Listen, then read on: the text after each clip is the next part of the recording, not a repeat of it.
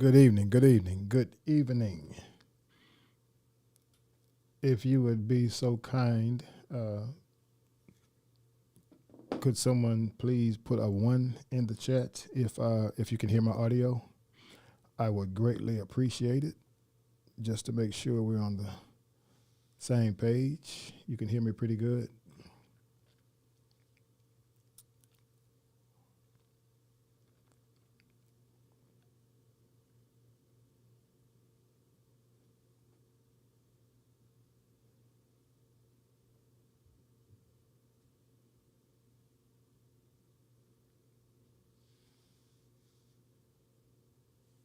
Okay, thank you so much. She said we can hear. All right, excellent. So we're going to go ahead and get started. Once again, thank you so much for tuning in to tonight's show. I really appreciate it. My name is Okoye Amos, and I'm coming to you from Baton Rouge, Louisiana.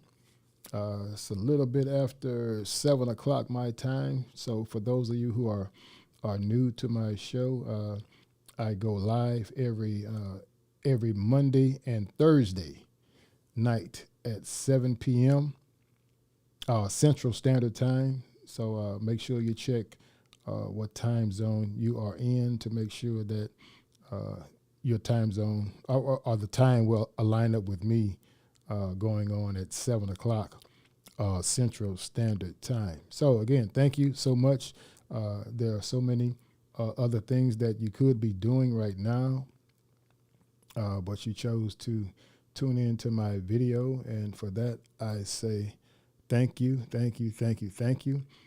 Tonight, we're going to, of course, have the phone lines open.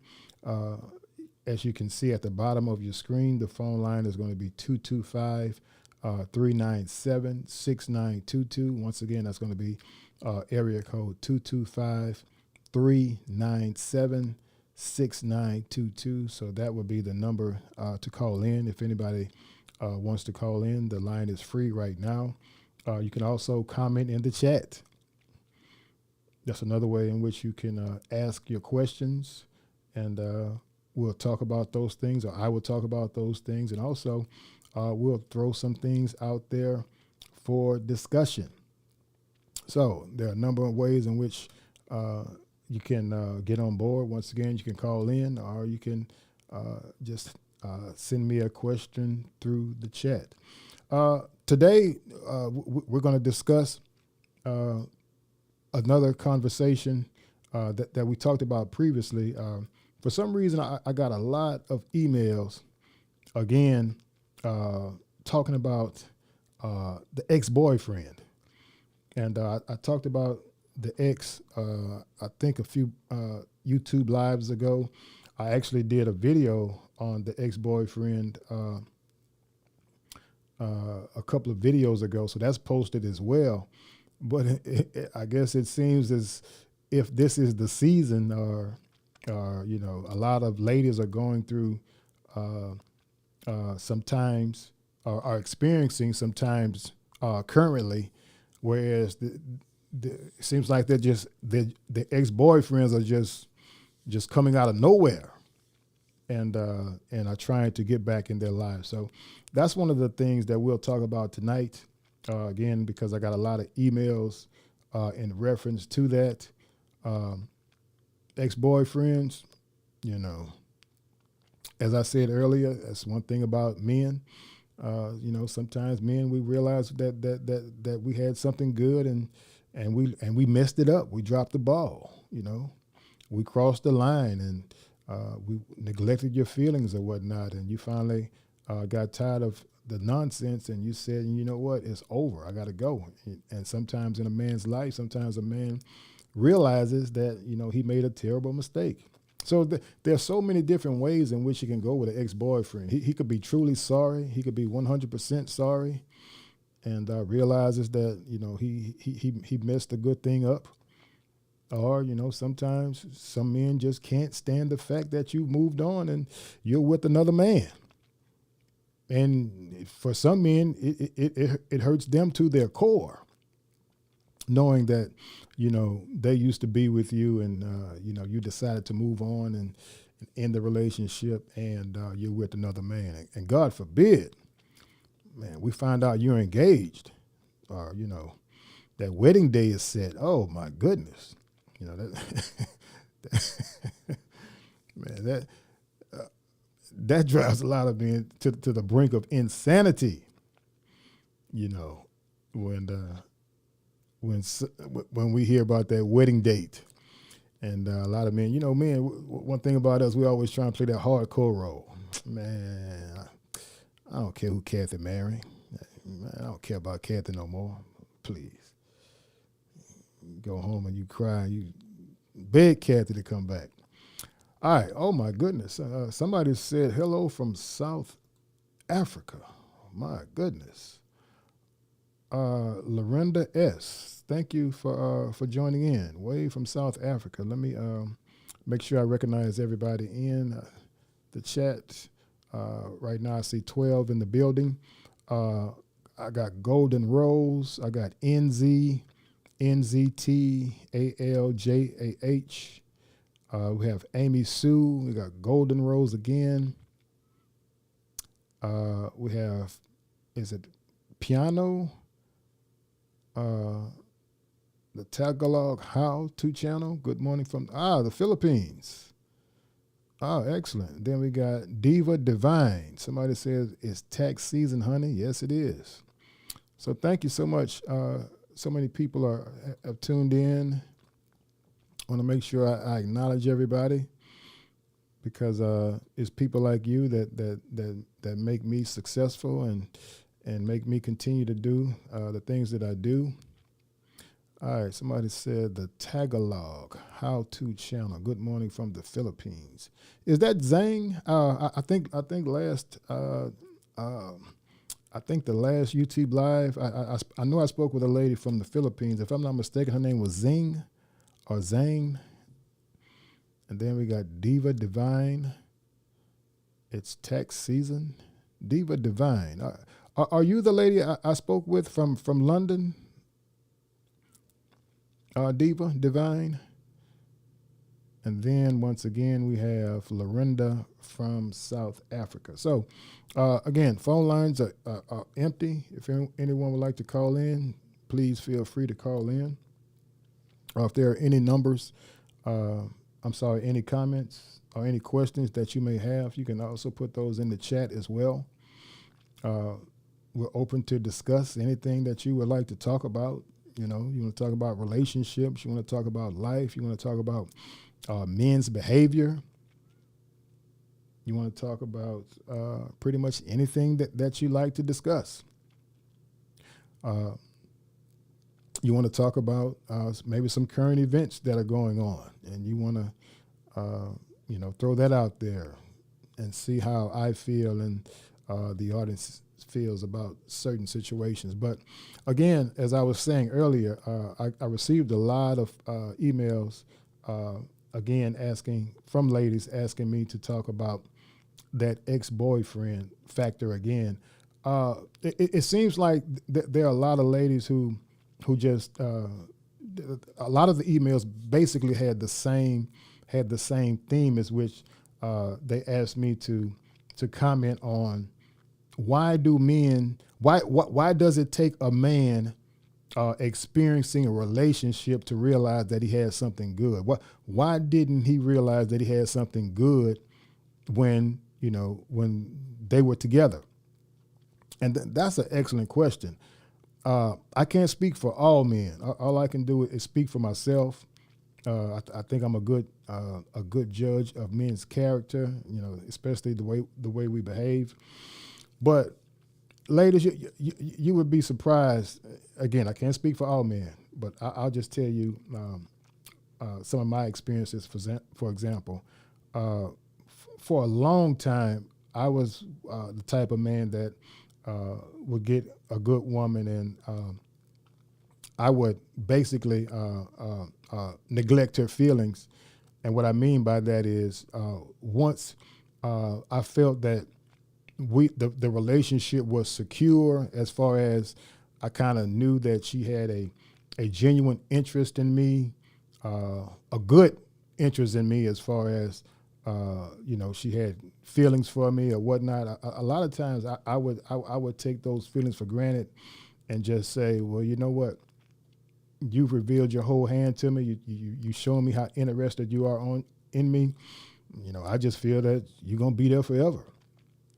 And so a lot of times if we feel that you're going to be there forever, we'll just, the term that I always use is put you in our hip pocket. And that's one thing that I did in my past. I would basically put a woman in my hip pocket, meaning that I felt very comfortable in, well, you're going to be there. So if I stay out all night running the streets, come home, you'll be right there.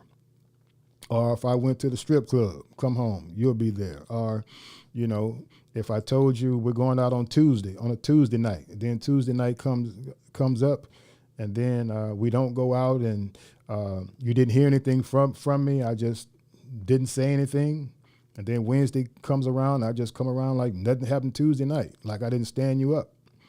And, a lot of times, men will neglect women's feelings when we feel that we have you in our hip pocket, or we feel that you're going to be there regardless of what we do. And again, there's no way I can speak for all men, but a lot of times when we realize that you've drawn that line and you decide to move on, a lot of times it doesn't hit us that we really, really messed up and how good of a woman you are until those things that you were doing for us, you're no longer doing those things again. So, for some men, sometimes it just takes us that realization, that painful realization that, man, Debbie gone. And then we start thinking about the things that you did for us. Man, she kept our house clean. She cooked, and she always made sure that the household was straight, and she always encouraged me or whatnot. So a lot of times we start thinking about those real small things, and then sometimes as men we realize that we really, really, really had something good.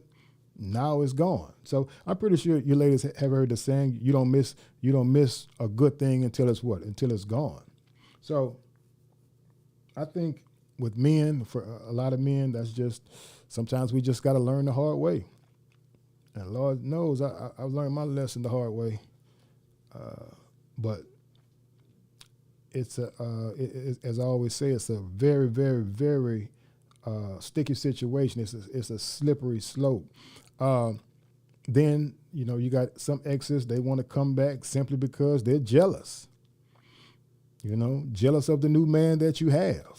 Jealous of the fact that, maybe the new man may be better looking than them. The new man may have more money than them. The new man maybe can provide you a lifestyle that maybe he could not. Maybe the new man is just on a whole nother level when you look at the total picture. Maybe he has a bigger house. Maybe he has a better car. Maybe he just treats you better. And so, sometimes that jealousy can rise up in a man and just say, nah, nope. I'm not going out like that. I'm going back to try and get my baby back. And then sometimes, a lady could kick the man to the curb that she's with, because her feelings for her ex-boyfriend may be so strong, and she just said, and gives him, the ex-boyfriend, another shot. Ex-boyfriend goes back to doing the same old things he was doing before. So it's a catch-22. It's a very, very difficult thing. So everybody, I think, has their own story. My story could be different from somebody else's. Somebody else's story could be different from mine or whatnot. But again, when you're dealing with ex-boyfriends, you ladies, you have to be very, very, very careful. You got to be strong. You got to be, especially if you had a lot of feelings for that man. You got to be strong, because if those feelings are deep, there's a good chance if he comes back knocking at that door and all you do is see that face, you see that smile, and some of those memories start to pop back in your head. If you're not strong enough, you may allow that man back into your life, and then it could be the same thing going over and over again. All right, so we got roughly 17 in the building. Somebody said from Baltimore, Maryland. My goodness, beautifully broken from Baltimore, Maryland. Oh, okay, we got a couple of questions in here. Miss Diva Divine says, why does it take men to lose us to get? I was just talking about that. Why did they seem to want to put us through the ringer for them to believe we are true? That's an excellent question, Miss Diva Divine. You know, at the end of the day, it's going to be up to the lady to decide which way she wants to go. Does she want to give him another chance or not? But I'm here to tell you, I know sometimes maybe there's some women out there that may be of the opinion that men cannot change. You know, if he crossed that line for your deal breaker, you know, for example, had an affair, you know, cheated on you or whatnot, once a cheater, always a cheater, or, you know, once a liar, always a liar. Why did he lie and say, you know, he was married, was single, and he wasn't single, he was actually married, things of that nature. I'm just a firm believer that, let me preface that. Ladies, the power of a woman is so great. Your power, just the natural power that you have, that natural ability to not only to grab a man's attention, but that natural power you have to elevate a man.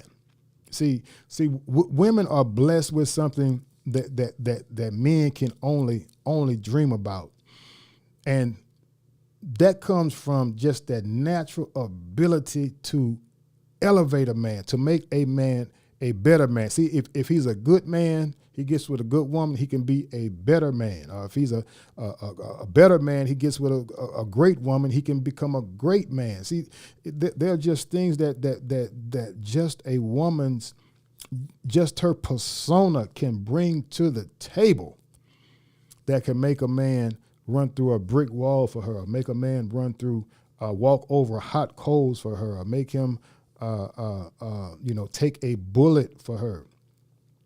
For example, let's say a man is down on his luck, and let's say, you know, a man was once at the top of his game and circumstances of life happened, and let's say that man is sleeping under a bridge. You know, he's homeless, sleeping under a bridge. See, a man, we can go talk to that other man and say, hey, brother, listen, you know, life is difficult. You know, sometimes life is going to throw you a curveball you never saw coming, but, you know, you got to pick up the pieces. You got to get back on that horse. You got to get back on that horse, and you just got to toughen it out. See, a man can go to that other man that's sleeping under the bridge, that's homeless or whatnot. We can give him some encouraging words, but my goodness, see that woman, a woman can go to that same man that a man talked to, and a woman could go to that man and tell him how great he is. See, I'm telling you, it's certain words. It's just a woman's persona when she tells a man that, you know, she believes in him. You know, I believe in you. You know, once again, life may have thrown you some, you know, a curveball or whatnot, but I see greatness in you. I see kingdom in you. I see a man who can do anything that he puts his mind to do. See, when a man hears those type of words coming from a woman, my goodness, you're basically building him up to be, you know, just this incredible Hulk type man. Just hearing those words come from a woman. So again, a man can encourage another man. You know, it'll have a little effect on him, but those same words can come from a woman. You know, some of you ladies out there, you telling your boyfriend how great he is, how much you appreciate him, how much he means to you, and especially if he, you know, something may happen in life where he's going through a rough time, and you say, baby, don't worry about it. I believe in you. What? You believe? Ladies, you don't have to believe me, but you have so much power in just your femininity, and you combine that femininity with encouraging words to that man. Oh my goodness. It's somebody said hip pocket. Wow. That's exactly, hold up. I'm kind of behind. That's exactly what my husband told me after we divorced. What did he say? He said he talked about the hip pocket? Yeah, okay. He thought I would always be there. Okay, I understand now. All right, somebody said, how do we maintain the respect for men? And then we got another question. If the guy is ugly, I don't care what his face is. Oh, my goodness. Okay, let's go back to this previous question. How do we maintain the respect for men? So I'm guessing we're not talking about an ex-boyfriend. But see, you can a woman, you can always get a man to respect you by always having your either a vetting strategy in place or or something in place that shows that you're not the average woman. Okay, what do I mean by the average woman? What I see today is I see a lot of ladies. Guy will walk up to him, you know, start a conversation. Let's say the lady is attracted to the guy. Absolutely nothing wrong with that if she is. But I see a lot of ladies in today's world make it just entirely too easy for a man. You give a man too much of your access. You give him too much of your time. And see, you got to understand, if you're making things too easy for a man, okay, let me get a flip side. When you don't make things too easy for a man, that's when the respect is automatically going to be there. Because men, I promise you, we're not stupid. We're a long way from stupid. See, when we call you and try and set up that first date, and your reply is, that sounds interesting, let me get back with you, boy, we respect that. Now, we don't like to hear it. We do not like to hear it, but we respect it. Why? Because you're letting us know that, hey, we're not priority number one.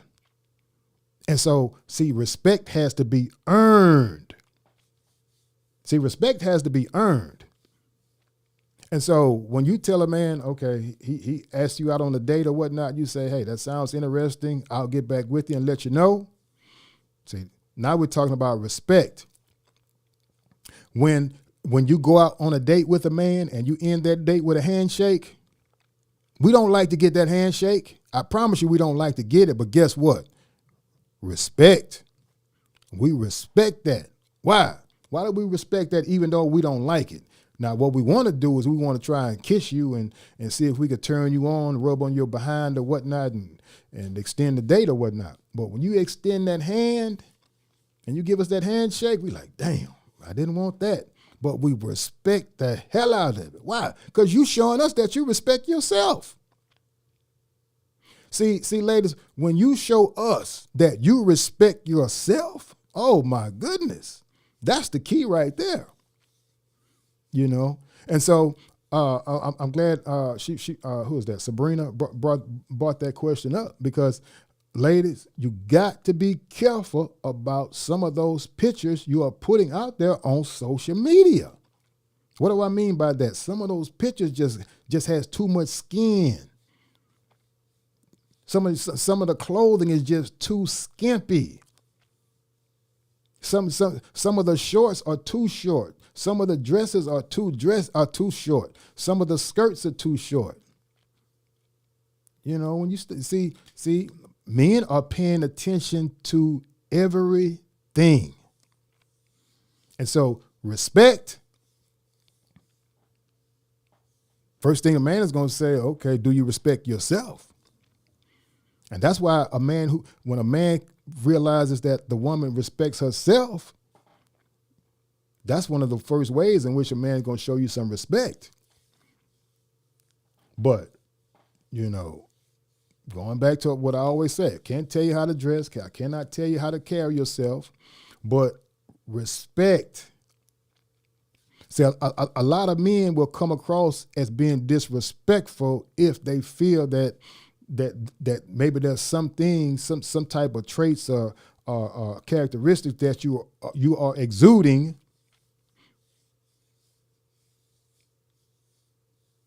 will make them approach you in a disrespectful way. Now, I'm not saying it's right. No, I'm not saying that at all. But again, some of you ladies, you got to be very, very, very careful about some of those pictures that you're posting on social media. But again, going back to respect, first thing we notice, do you respect yourself? And then if we see that you respect yourself, you got boundaries, you got things in place. Because see, you got to understand. See, men, once again, we want things to always go our way. When we ask for the phone number, we want the phone number. When we come up with the time and date of the time and the location and the place of the date, that's where we want it to happen. If we try and extend the date, that's what we want to happen. When we're walking you out to your car, we're trying to, in our minds, we got a hug and a kiss on our minds. That's what we want to happen. But like I said, you extend that hand out, give us that handshake, like, damn, I didn't want that. But I respect you for that. Why? You respect yourself. All right, somebody said tuning in from Nashville. Nashville, what's Nashville, home of the Grand Ole Opry? What else is Nashville? Tennessee State.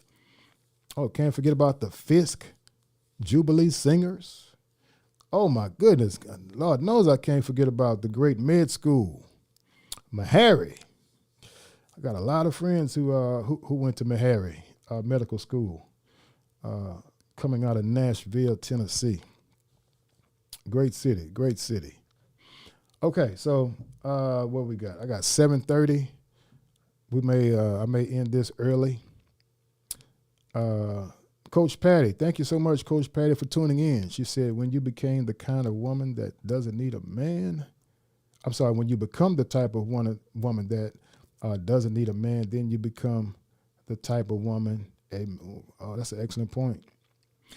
A great point, Coach Patty. Excellent point. Excellent point. And it goes back to what I said earlier. See, men are going to, what we're going to do is we're just going to sit back, we're going to be quiet, we're just going to analyze the situation, and we're going to see how you play it. And as Coach Patty said, see, if you become needy on a man, dependent upon a man, what we're going to do with that is we're going to play that role exactly. In other words, being needy. What does being needy mean? Okay, you're giving a man all your time, all your attention. You act like you cannot live without a man. You act like he's the most important thing in the world. What a man is going to do with that is he's just going to take, whatever you're giving. If you're giving sex, he's going to take the sex from you. If you're giving time, he's going to take the time from you. If you're giving food, he's going to take the food from you. If you're giving him all of your attention, he's going to take that from you. If you're sacrificing time from your family and friends, he's going to take that from you. And all you're going to get in return is basically nothing but some sex. Now, as Coach Patty said, when a man sees that you're not dependent upon him, when a man sees that you respect yourself, and a man sees that you have standards and morals and values in place, it's a whole different ball game. It's an entirely different ball game of how a man will treat you. All right, somebody said give a brotherly Christian hug goodbye. Yep, that's what I recommend on the second date. Somebody said thank you for all your truth, sir. Thank you. Appreciate you watching. Oh, yeah. You teach people how to, that's a great point. You teach people how to treat you. And then I only have 20 more minutes on here. All right. So no phone calls as of yet. Again, if there are no phone calls, I have 7:30. I may just go ahead and wrap it up early. We got 21 people in the building. Thank you so much for tuning in. Once again, there's so many other things that you could be doing, but you decided to tune in, and for that, I greatly appreciate it. So going back to what we talked about earlier, the ex-boyfriend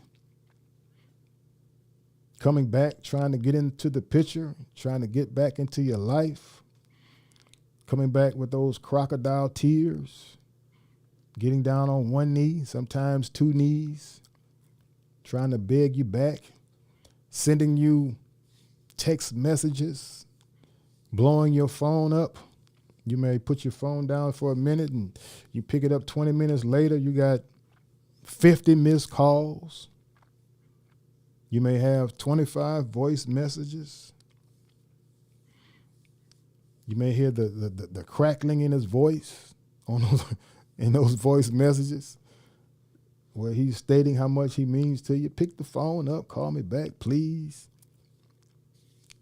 You know, one of the things ex-boyfriends look for, I talked about this earlier, is if they can't get to you, they'll get to your friends. What do I mean by that? They'll find your friends, look your friends up and say, hey, please tell Tanya how much I miss her. And give me another opportunity. So we'll go through your friends, your nieces. You know, we try and stay away from the men because the guys, like your cousins, the male cousins you may have, they might, man, get out of my face, man. I ain't telling her nothing. But your friends, your cousins, the females, a lot of men will start seeking them out. A lot of men, see, a lot of men, if they had a good relationship with your mother, man, they'll come find your mother, knock on the door. Miss Washington, how you doing? Listen, sorry things, didn't work out with your daughter, but I'm a changed man, and would you please tell her to, pick up the phone and call me back? See, a lot of times, if the guy had a good relationship with your mother, and he feels that, he could kind of sweet talk your mother into giving you another chance, that's on the table as well. Why? Because he's in desperation mode. What's the old saying? Desperate people do what? Desperate things. So a man won't think twice about going back, especially, as I said, if he had a good relationship with your mother, about trying to look her up.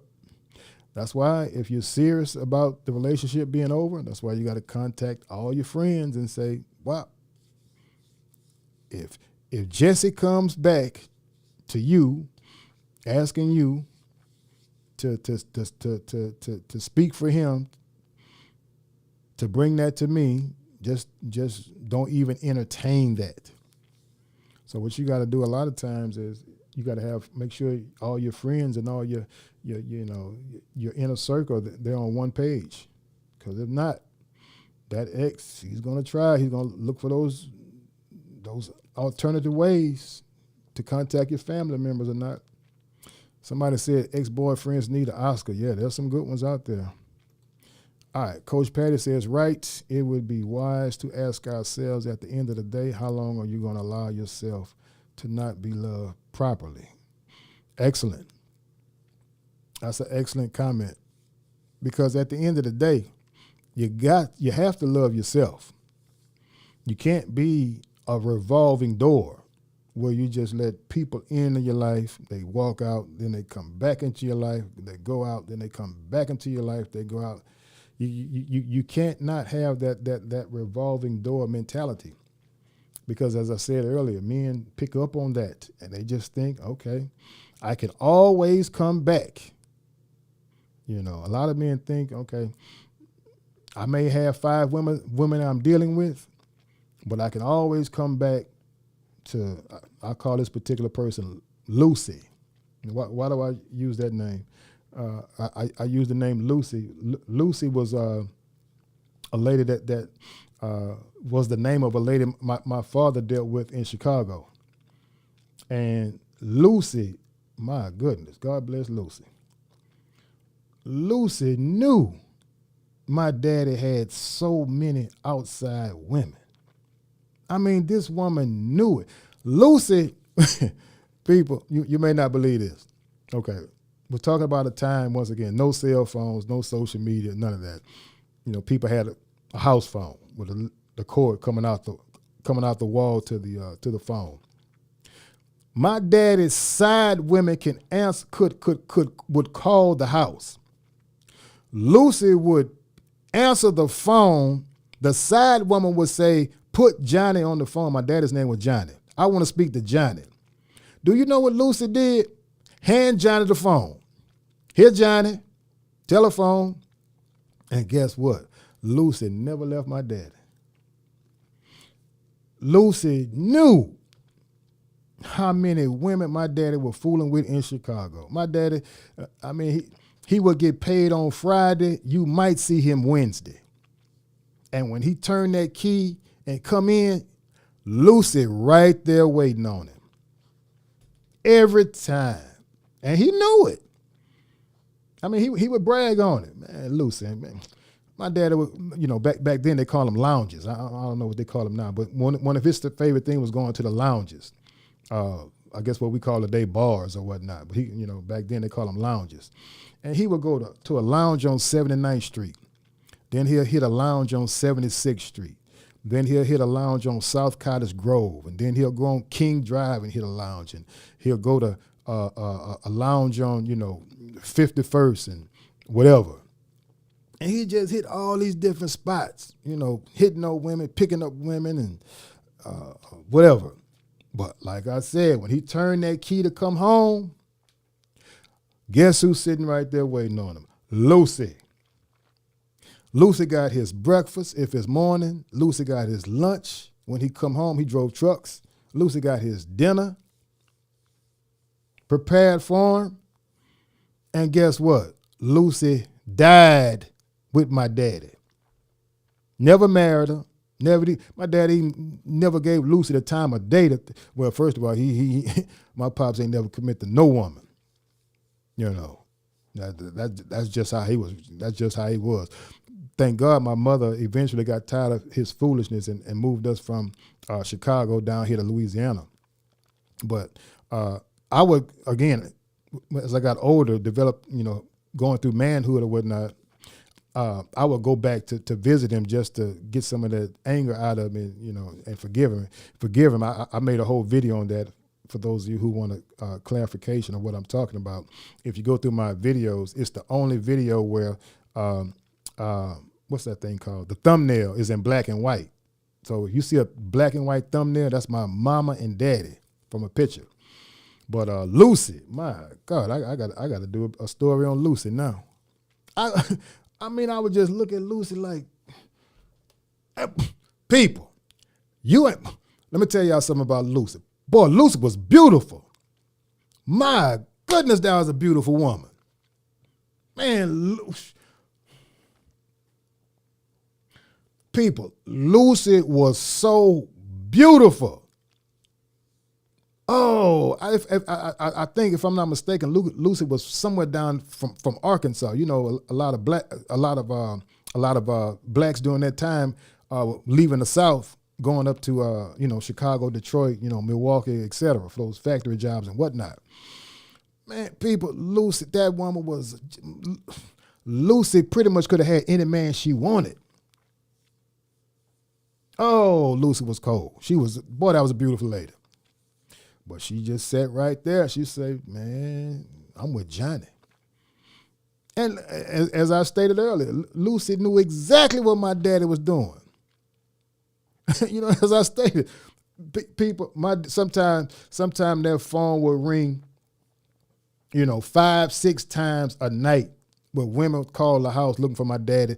Lucy answer the phone. If my daddy's sitting right there, she going to give him the phone. Did not say one word. I want to speak to Johnny. Lucy answered the phone. Hello, I want to speak to Johnny. Here, Johnny. Somebody else called. Another woman called. I want to speak to Johnny. Here, Johnny. So, hey. All right. Let me back up on it. So Lucy was a special lady. So if you hear me talking about don't be a Lucy or whatnot, you know what I'm talking about.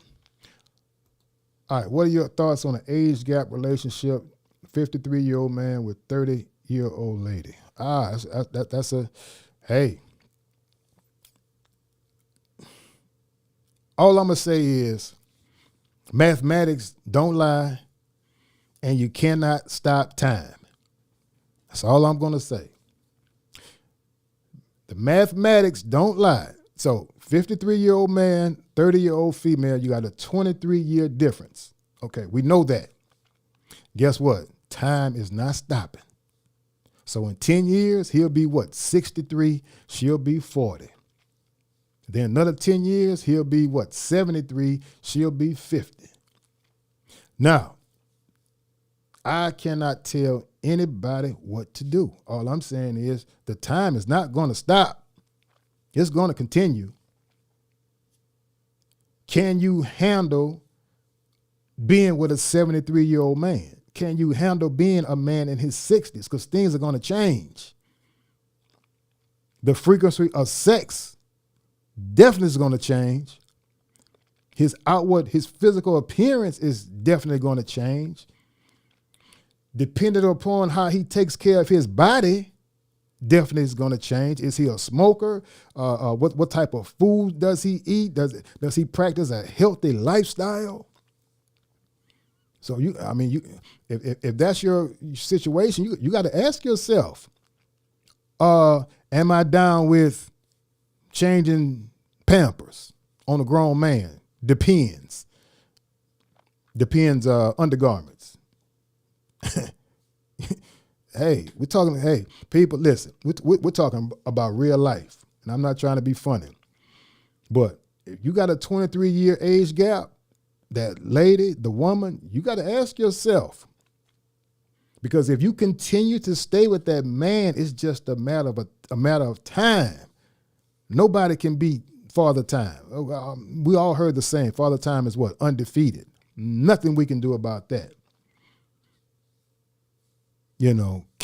Are you the type of woman who loves sex and you love the man so much, knowing that he maybe cannot perform sexually the way to keep up with you? So you may be saying, that's a lot of, they got Viagra, there's Cialis and all that.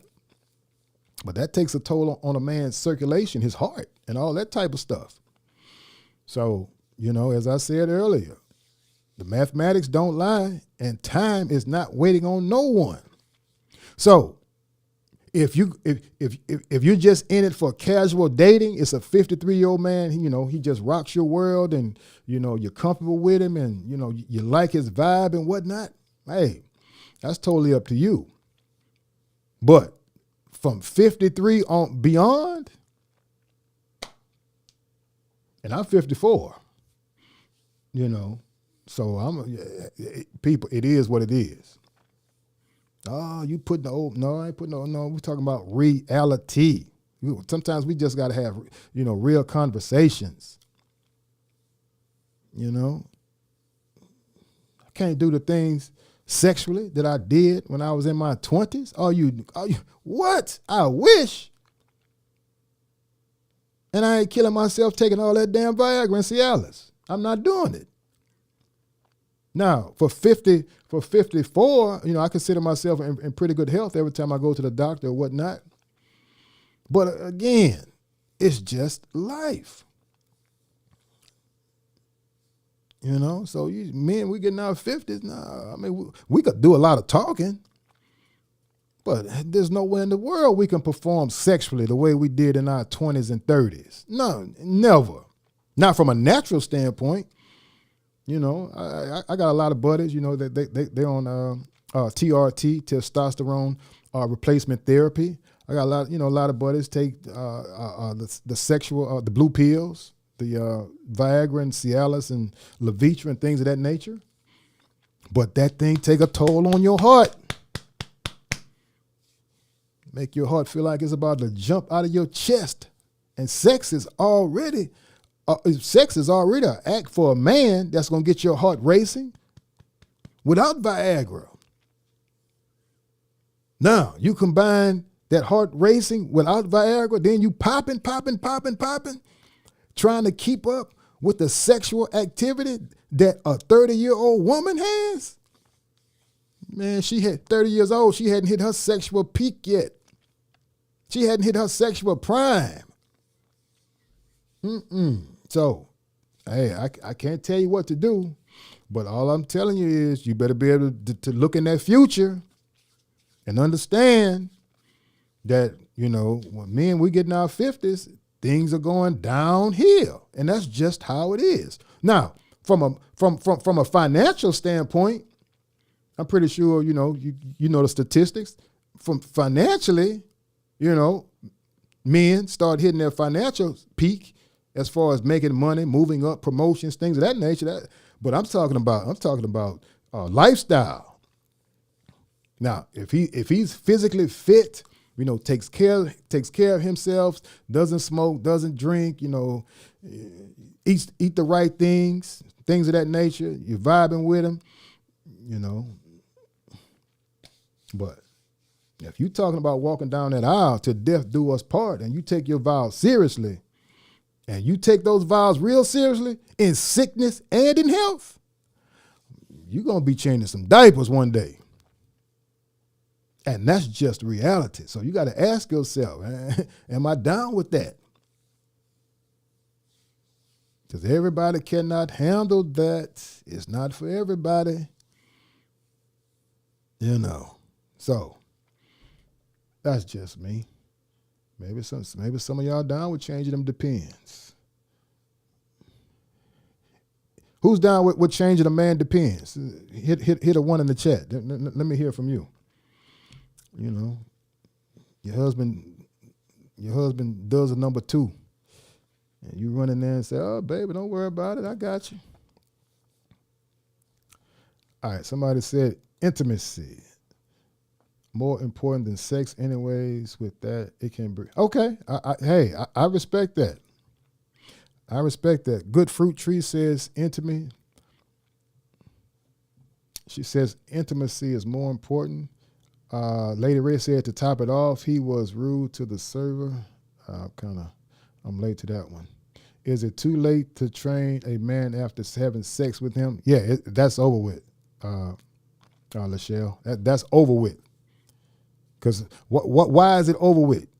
Why is it, in my opinion, impossible to train a man after you had sex with him? Why? Because he's already trained you. See, once you had sex with him, he put you on his agenda, on his program. All right. Hello, caller. Can you hear me? Yes. Can you hear me? Yes, I can. What's your name and where are you calling from? Hi, this is Bunny calling again from Daytona Beach. Well, hello, Bunny. How are you doing? I'm fine. How are you doing? Thank you for that email. I really Oh, appreciate you're it. welcome. You're welcome. You're welcome. It surprised me. It just surprised me. Mm-hmm. So I said, let me just send it. But um, there was something you were saying about on younger woman and older man. Sometimes it reverses, but one thing I've been noticing is a different kind of reality of life that's across the board.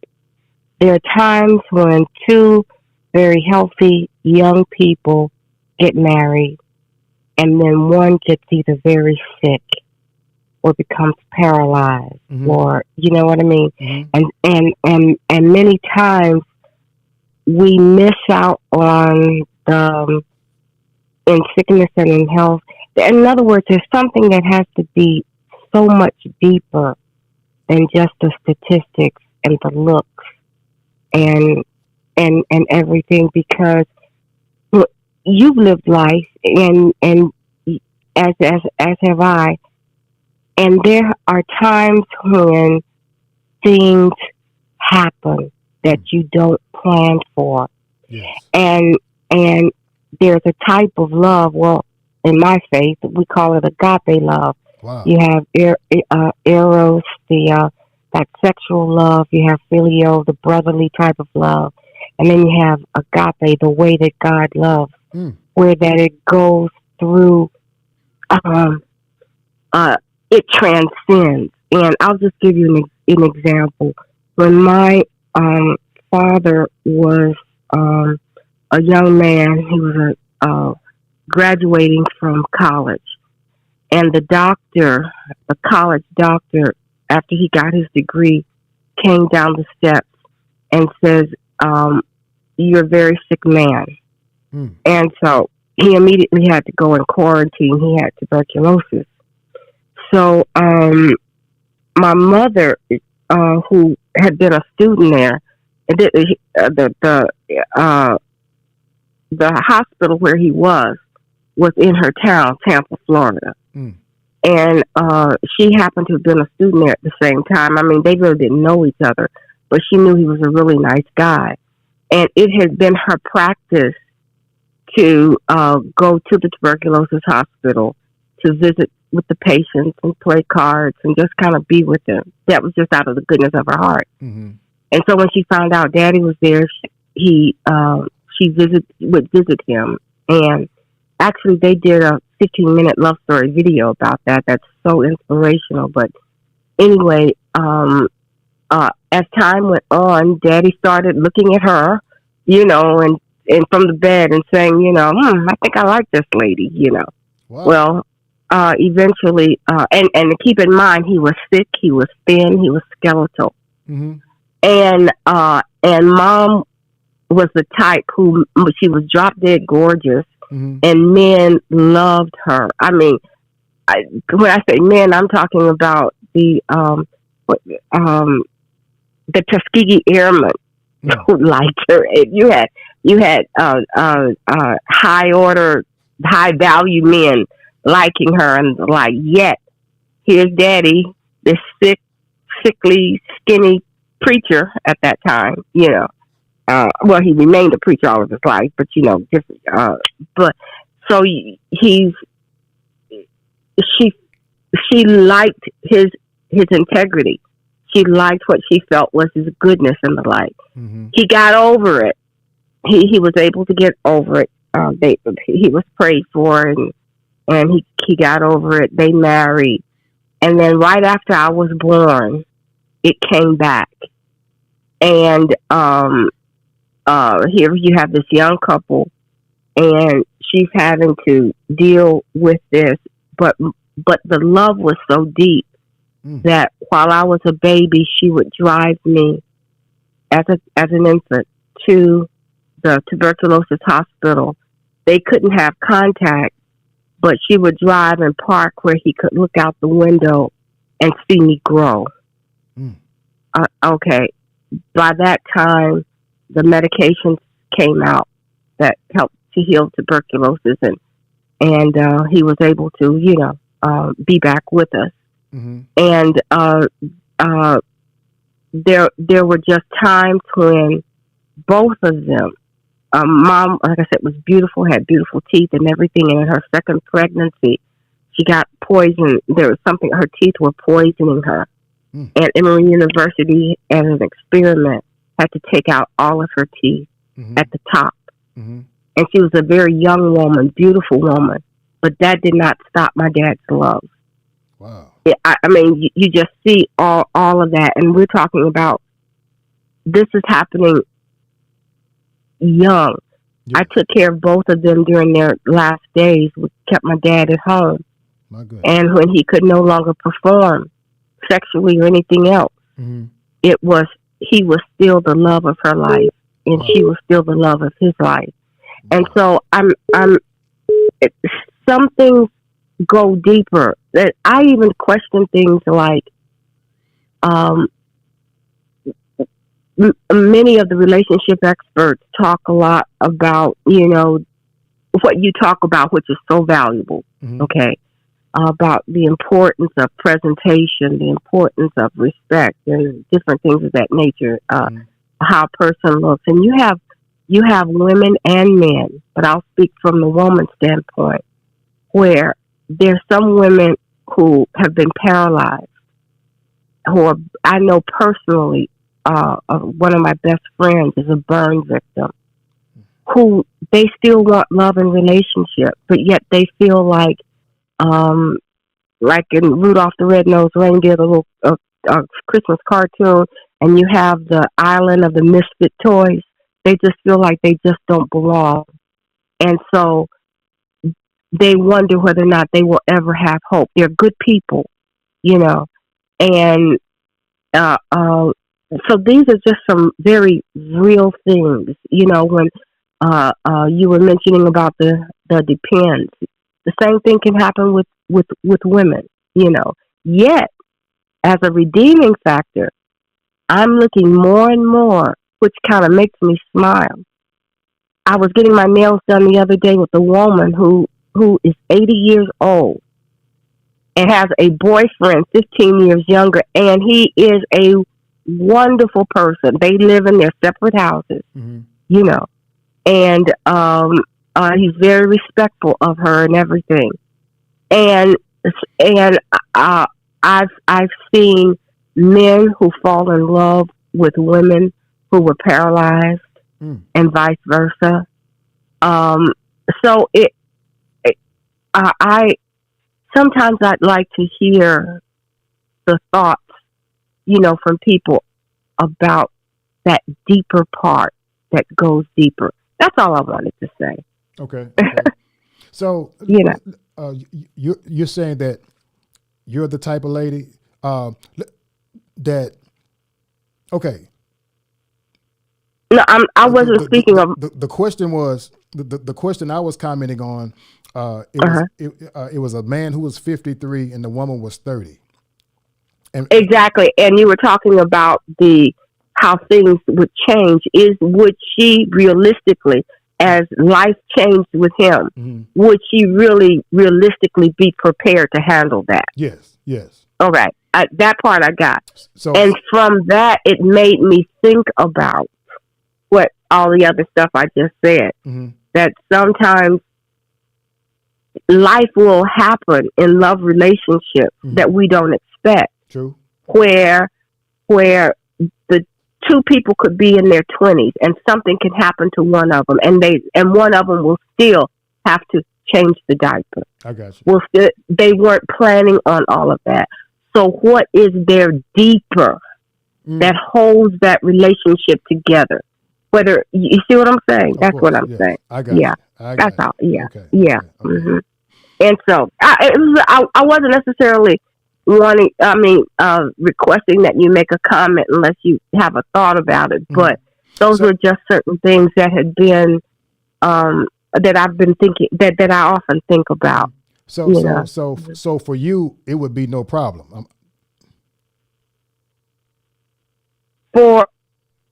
I don't think it would be a problem because when I go into it, when I went into it the first time, mm-hmm. I went into it for deep love, even though it didn't work out. Wow. And it would need to be the same thing, and maybe it's because of, not only because of how I was raised, mm-hmm. but there were, even in our broader community, there was just so many wonderful examples of that.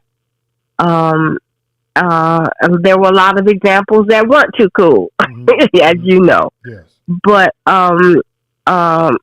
there were just so many, wonderful examples of those types of things. What touched me, it touches me to see a woman do that for her husband. Wow. But it really touches me when I see the men do it for their wives. Yeah. That thing, bathing her and loving her and, and being faithful, even though she can't perform sexually. Mm. You know, Yeah. you see what I'm saying, Of course. and not just leaving. Of course, there are those. I knew of a friend who I was in school with, and married, had got her PhD and everything, and she had a stroke, and her husband just basically abandoned her. Wow. Had not, Yeah. So it's like if those things in life come, whether you choose to marry someone older, in these days, even younger men choose to marry older women, and it's the same thing. That are you prepared for her changes? Yes. You know, Yes. but at the same time, regardless of the age, because life can happen. Mm-hmm. What is it within us, or in that couple, or within that union, can say we're in this thing for the long haul. Yes. So those are just thoughts that always come to my mind. So Yes. that was it. I don't want to hold up your line, but that was Okay. all I wanted to say. All right. Well, thank you so much. I really appreciate you calling in, and thank you for the email. I really appreciate that as well. And You're don't be a welcome. stranger. If you want to call back tonight, call back No, tonight. well, thank you. All right. Okay. You take All right. care. You All have a right. good All right. Bye one. bye. Okay. Bye bye. All right. All right. Phone lines are empty. Thank you, S. Scott, for summing up basically what I was saying. Uh, I was saying that if a younger woman chooses to date an older man, those are some of the things that she needs to take into consideration. Uh, uh, let me just say this: I am not claiming that I'm all that. I'm really not. But I have over the years attracted a lot of young women, and that's one of the first things I tell them. Listen, time ain't waiting, and are you prepared for this? So I'll get back to that later. Let me get to this call. Hold on.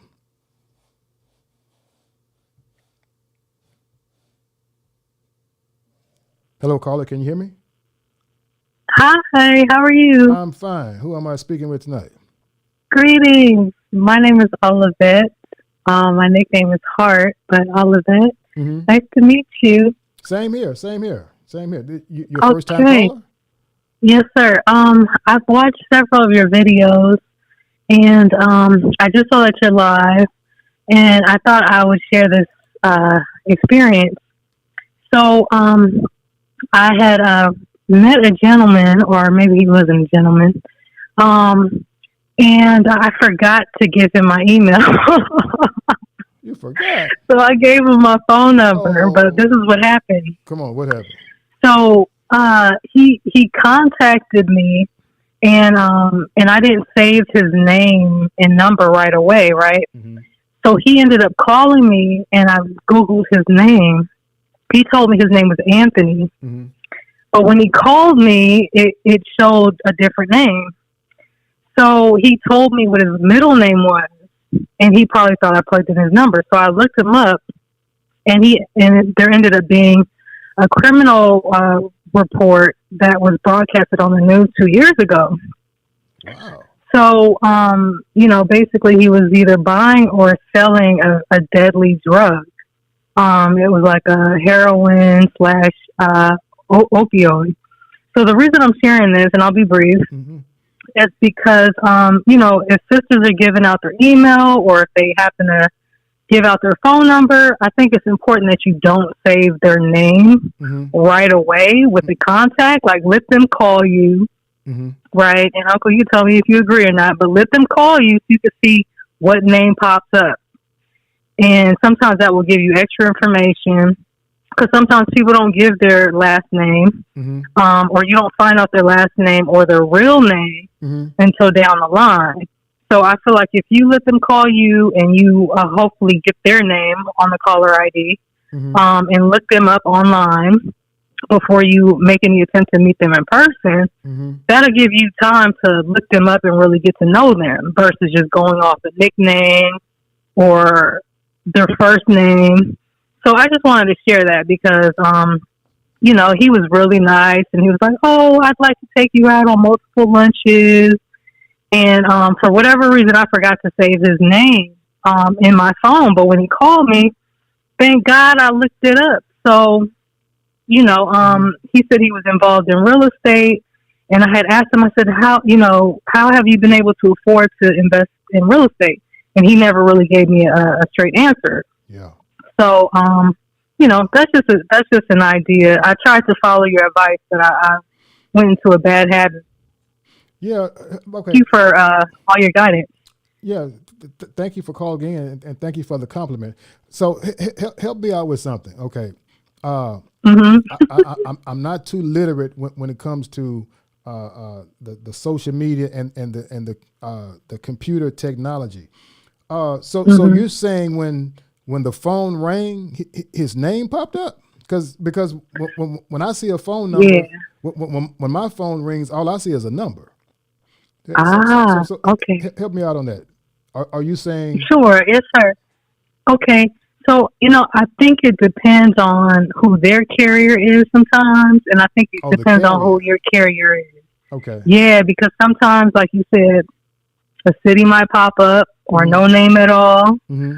Sometimes the first and last name pops up, but that's a good question because I do want to know, like, is it So based on their carrier or yours? so Hmm. you're saying that the name popped up without you even putting him in your contacts?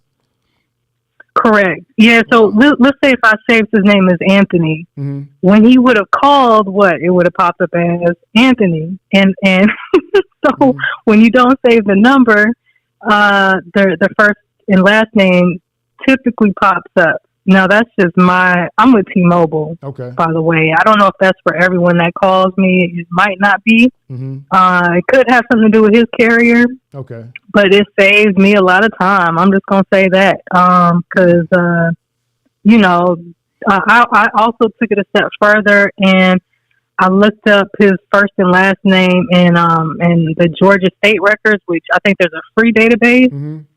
per county, and then there's one you could pay for that's like nationwide. Mm-hmm. So, it showed that he also had a record for something and was locked up for several years, about 10 years ago.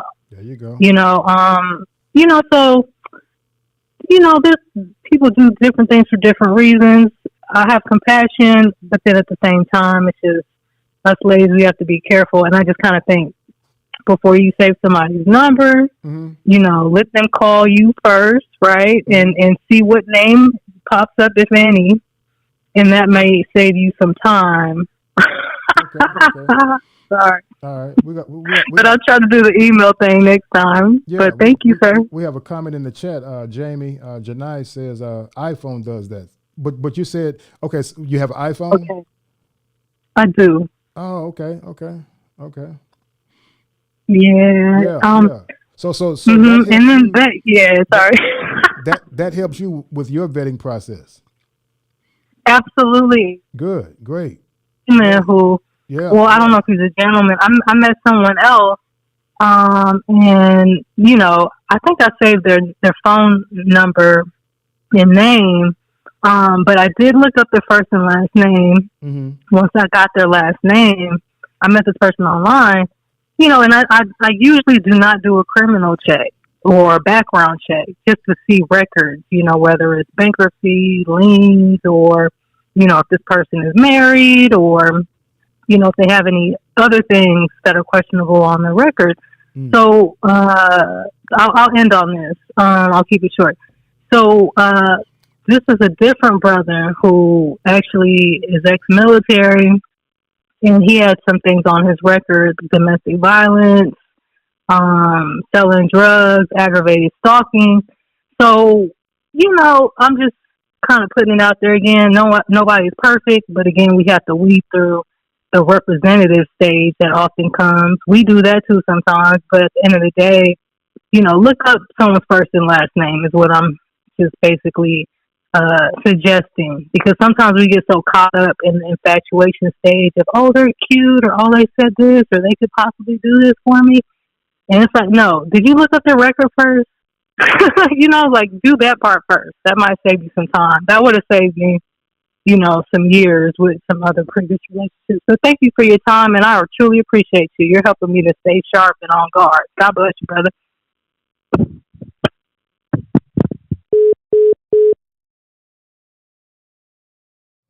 Someone tried to call in. If you want to call back, please do. Let's see. I got 813 on my end. If the calls continue to come in, I'll take them. If not, we may just wrap up early. But that's a great topic. I may do a video on that. Older men and young ladies. And got a call. Hold on.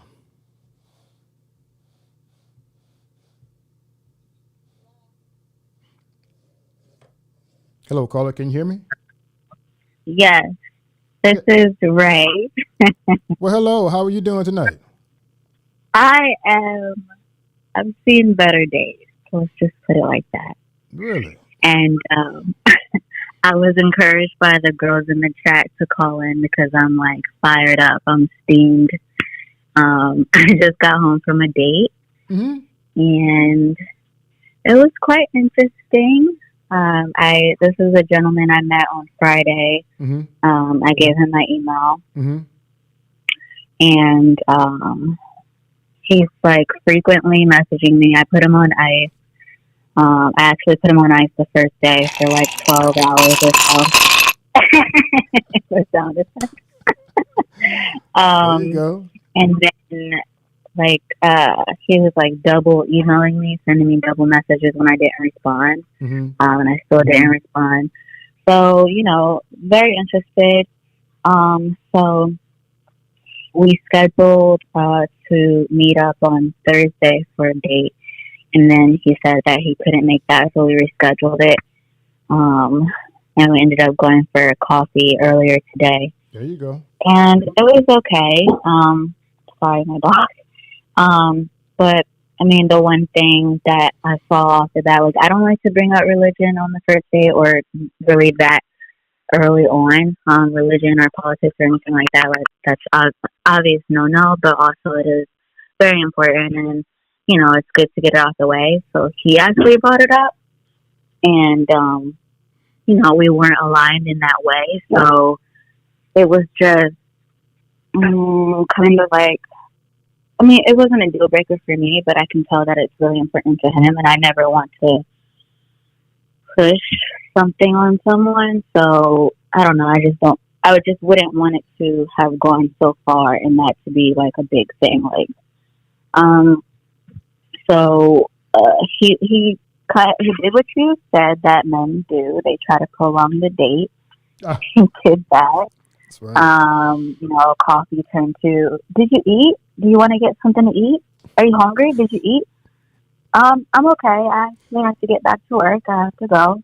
Oh man, well, I'm really enjoying talking to you. Blah blah blah.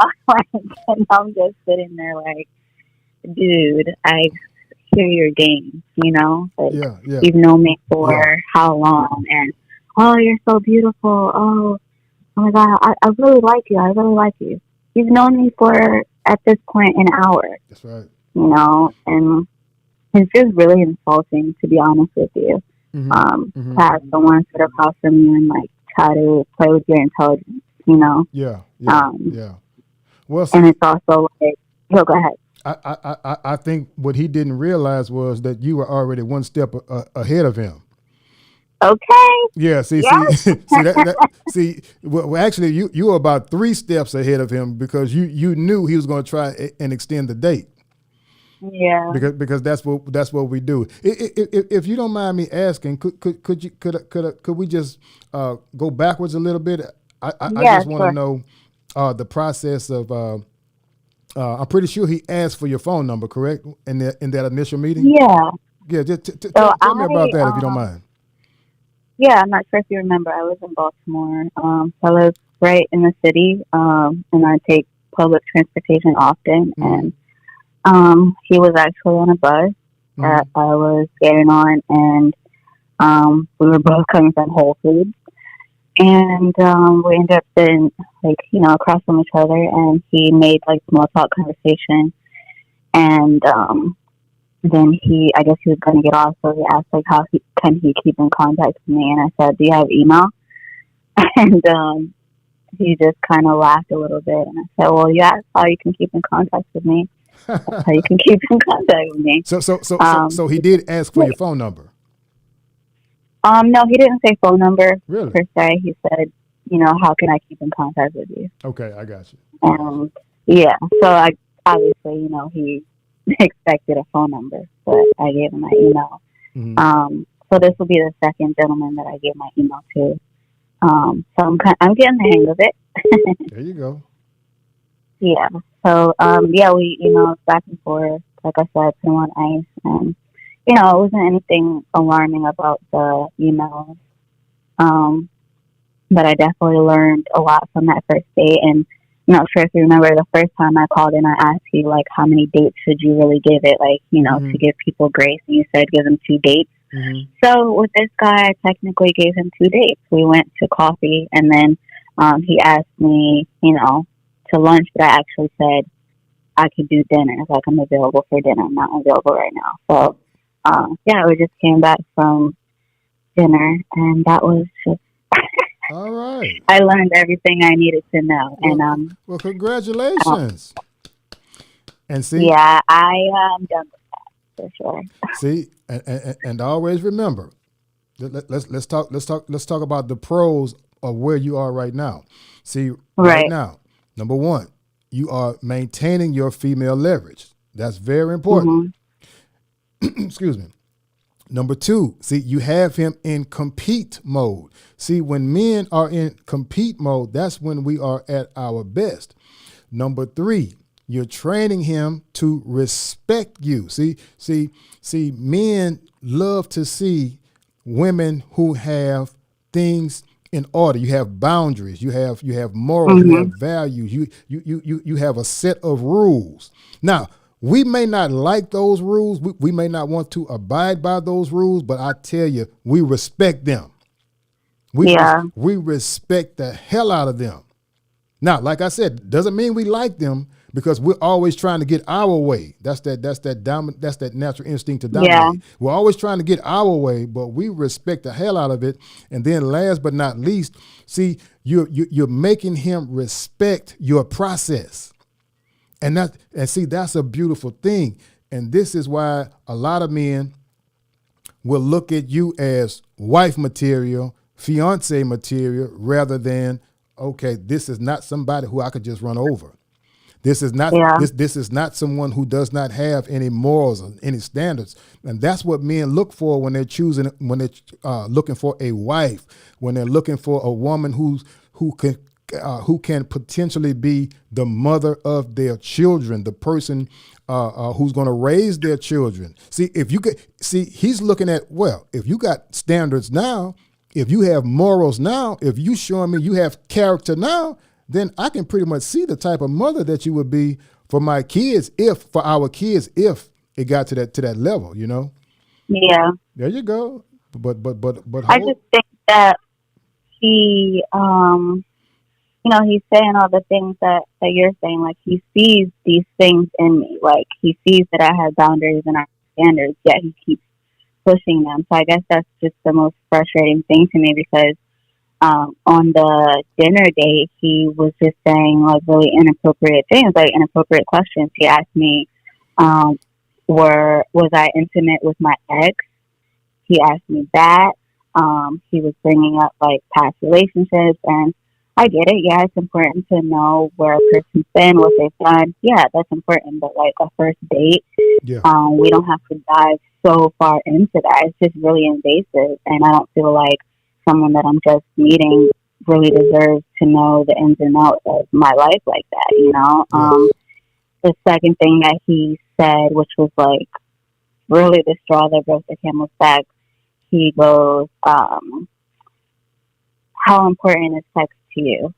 And I'm just like, what? I said, excuse me, that's extremely inappropriate. I won't be answering that. I was like, why do you think that that's appropriate to ask me? You just met me. Yeah. And he's, I'm so sorry. Like, I didn't think it was anything because, girls in the past, it's been really important to them. And, that we talk about that. Mm-hmm. And yeah, it's just really disappointing, I guess, I would say. Mm-hmm. Mm-hmm. Wow.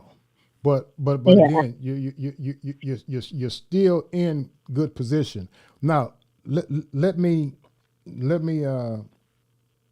and also I'm glad. Thank you, Jamie. Thank you, Jamie. I'm looking in the chat. Thank you. Oh, yeah.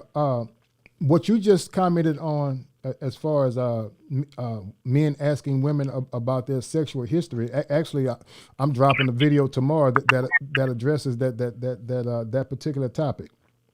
Oh, good. Good. Yeah, yeah. But I'm glad everything is working out for you. So right now you're saying that you think the religious barrier is too much to overcome. Yeah, I'm agnostic. I won't get too deep into that, but it's just for someone that he's like a devout Christian and his Mm-hmm. religion is Mm-hmm. intertwined with his life, and he mentioned how he wants to one day open a church and all that stuff, which is fine for me. Like, I don't have any qualms about it, but I know that on the other side for him, being with someone that is a little bit more freer with their religion and their beliefs, like, that's unfair, and I wouldn't want to put that on anybody. So I'm glad that was brought to the forefront early. But I think other than just the religion, like, you read my comment. I know you it was like out of context. He was really rude to the server, and he was rude to the Uber driver as well. And that's just, for me, character is, number one, character and integrity. And that really showed me, if anything, that showed me really where his head is at. Yeah, yeah, yeah, yeah. But that's all I got. Don't got no more. I won't keep too much of your time. uh, Thank you so much. oh, thank you, thank you. Bye-bye. All right. Someone was calling, I think, from an 857 number. If you'd like to call in, I would love to hear from you. Sorry about that. Naboo's ex. I was the only lawyer wearing a dress with heels in court today. Wow, today was a trip. Uh, Naboo's ex. Could you comment on that? Was that a positive thing? Did you experience some positive reaction from men when you had the dress and heels on? If you don't mind, or you can call in. We'd love to get your take on how that went. Somebody said, "Girl, leave him alone. He sounds perverted. Love bombing, pushing boundaries, rushing to have sex tells a lot about character." Someone said you did a good job.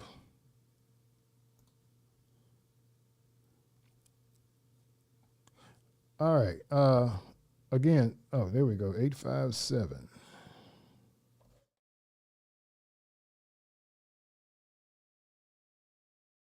If anything, that showed me Hello, caller. Are you on there?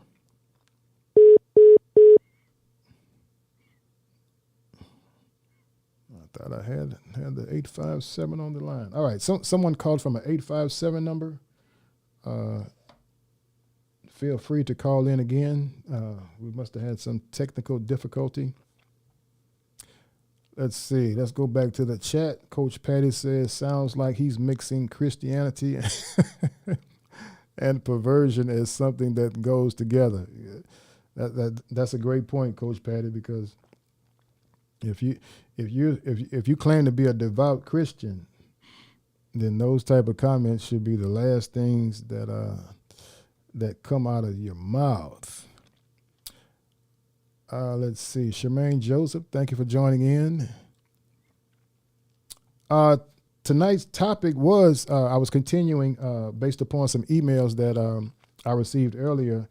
Some ladies still wanted me to talk about the ex-boyfriend, but someone put in a question about older men and younger ladies. And so that's going to be the topic right now. Before that previous phone call before I received that previous phone call, I was saying that first of all, I'm definitely not a man that likes to toot my own horn, or I don't have a huge ego or anything like that. But I have attracted a lot of young ladies, ever since my 40s. And so, one of the things I always tell them is that, do you understand that time is not waiting for anyone? So the question someone put in was, the guy was 53 and the lady was 30. And the question was, what do I think about the age difference? The age difference, hey, that's totally up to you, how you feel about it. Who am I to tell someone about the age difference? But one of the things that I would always tell young ladies, some of the ones who were attracted to me was, number one, do you understand the mathematics, of our huge age difference? And then number two, do you understand that time is not going to stop? In other words, the guy's 53, she's 30. In 10 years, he'll be 63, she'll be 40. Another 10 years, he'll be 73, she'll be 50. See, when you start dealing with men, when we're in our 50s and 60s, and, a 53-year-old man with a 30-year-old woman, I mean, come on, people, let's be real. Let's be real. Come on now, let's just be real. 30-year-old woman, her sex drive is going to be high. Not too many 53, 54 men in their 50s. Now, of course, we're going to talk like we still in our 20s and 30s. Oh, girl, look, I beat that up all night. I'm good. People, there's something that's called biology. And all you got to do is pick up a biology book. I mean, we can't, I'm in my 50s. There's no way. A lot of times I think about some of the things I was able to do from a sexual standpoint when I was in my 20s. Have sex, ejaculate, you erect within 10, 15 minutes. Bam. You ready for number two. You can have sex, ejaculate, go limp, 15 minutes, bam. You back erect again. Ready for round three or whatnot. And so that was nothing. That's nothing for a man in, a 19-year-old man, a man in his 20s. But, you start talking about, I would say maybe around the age of, maybe around the age of 38 on back. Not saying a man in his late 30s can't perform, but you just can't perform the way you were in your 20s. Hell no. Not from a natural standpoint. Now, again, I got a lot of friends there on the TRT, the testosterone replacement therapy.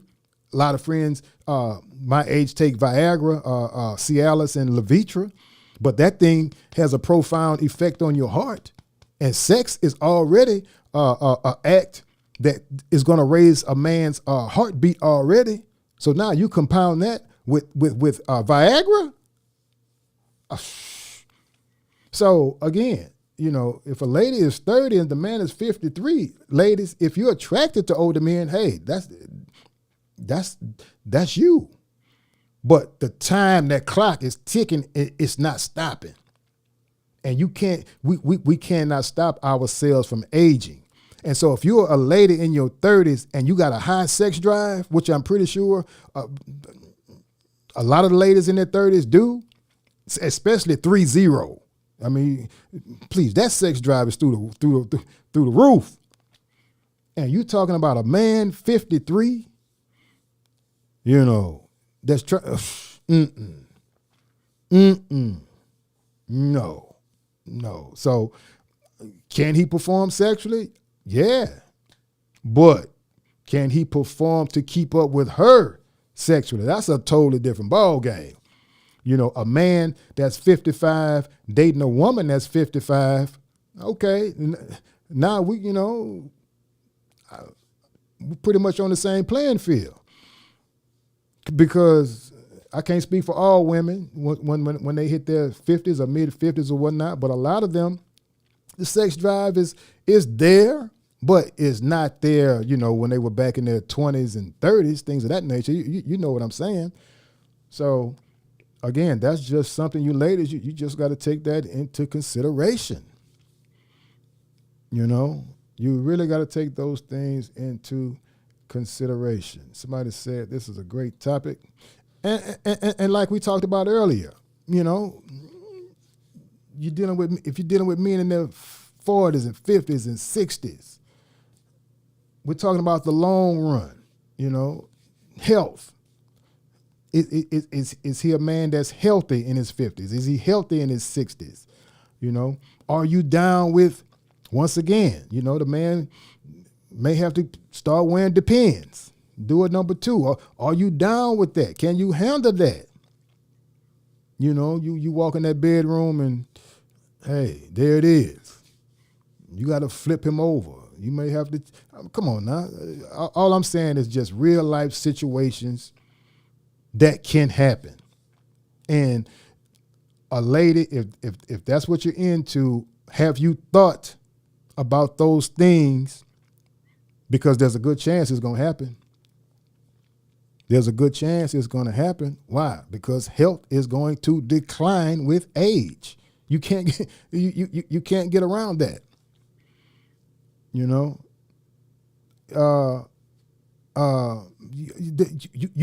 can't get around that. So I'm not one of those old guys who do all that talking.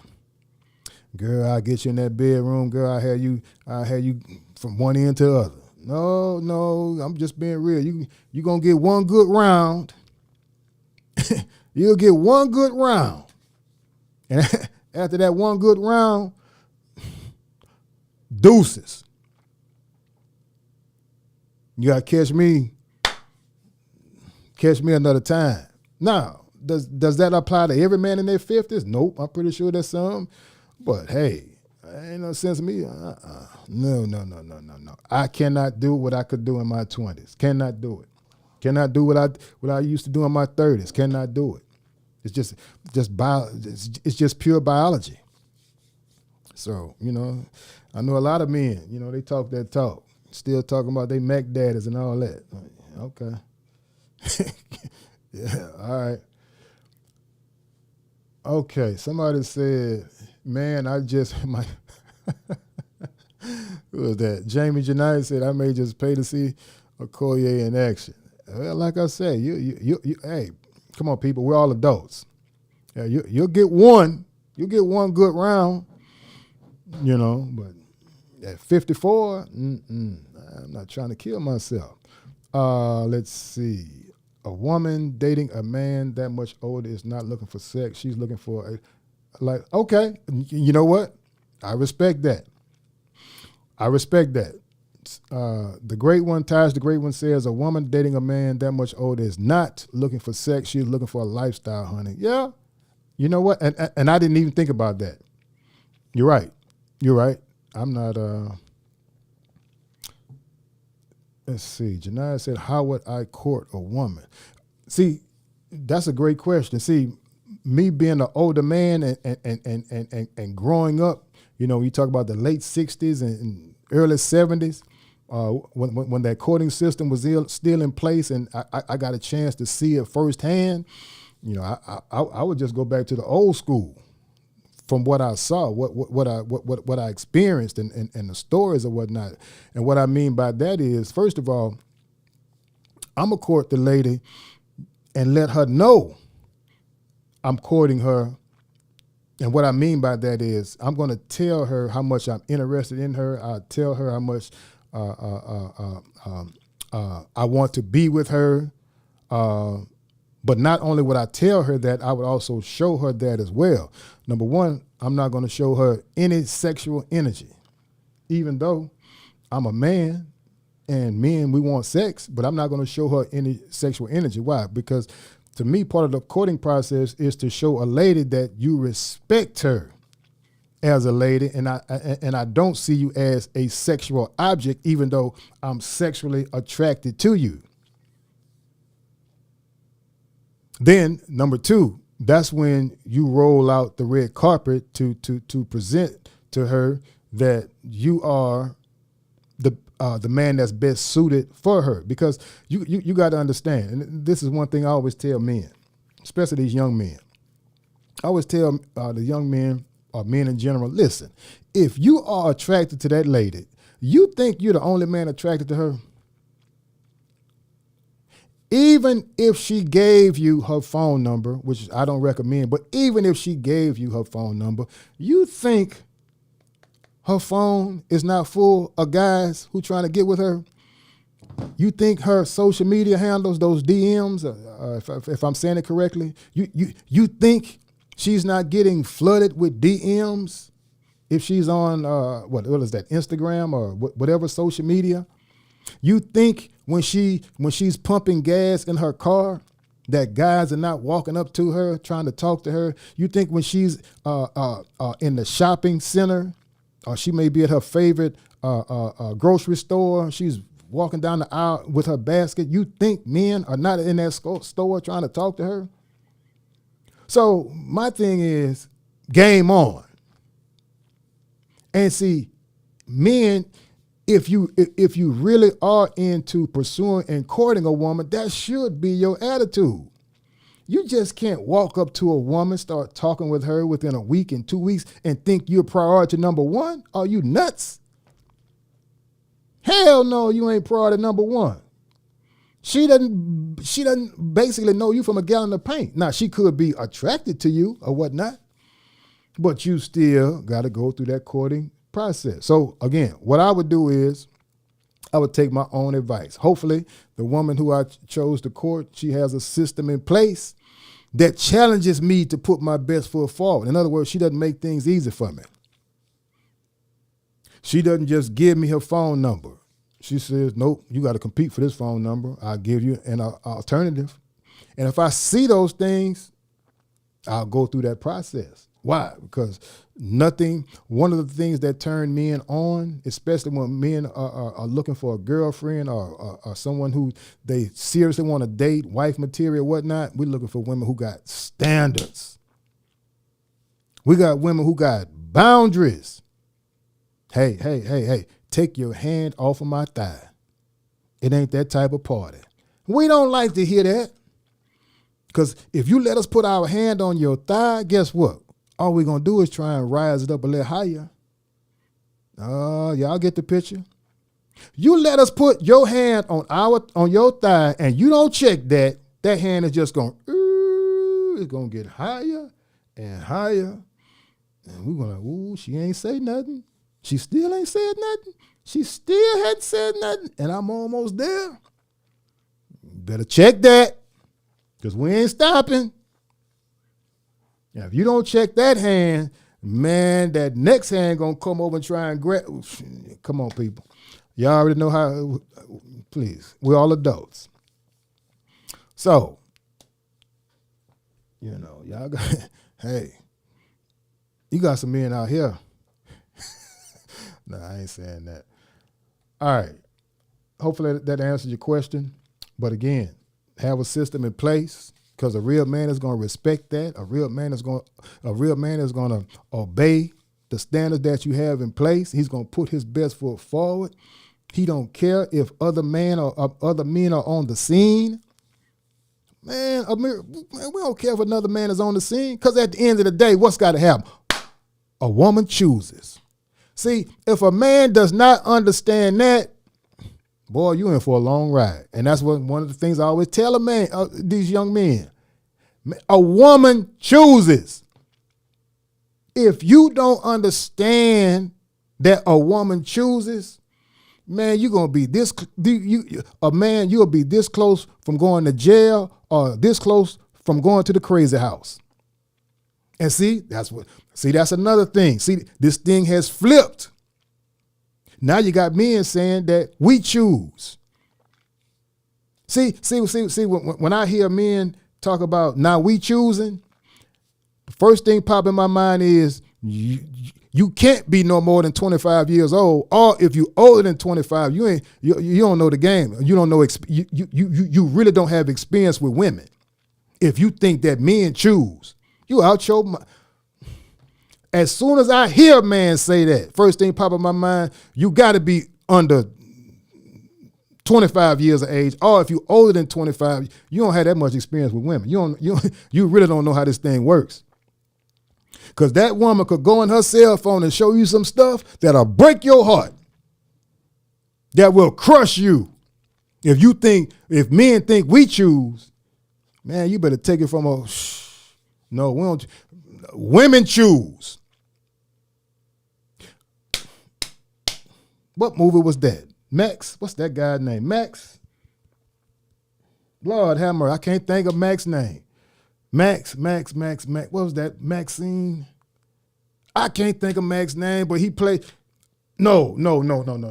He played the movie. I'm sorry, I got it mixed up. He played the role of the Max Julian. All right, I'm going back to the old days, what we call blaxploitation movies. All right, there was an actor. His name was Max Julian. He played the role of Goldie. Oh, I'm going old school now. Y'all done woke me up now. He played the role of Goldie. Who was Goldie? Goldie was a figure in a movie that was called what? The Mac. That was Max Julian. And so there was a very profound part of the movie where Max Julian Goldie got into an argument with the other guy. And the other guy told Max Julian, you ain't no player, you ain't no pimp, you a rest haven for women. And Max Julian looked over Goldie, looked at him so calm and cool, and Goldie say, come on, bro, you know the game. He said, your blank, what? Chose me. He said, your blank chose me. You know how it go. And that's just how it is. A woman chooses. So again, going back to the courting system, hey, I'm going to put my best foot forward. She got to make the decision. She got to make the decision. Whatever decision she make, hey, I gotta deal with it.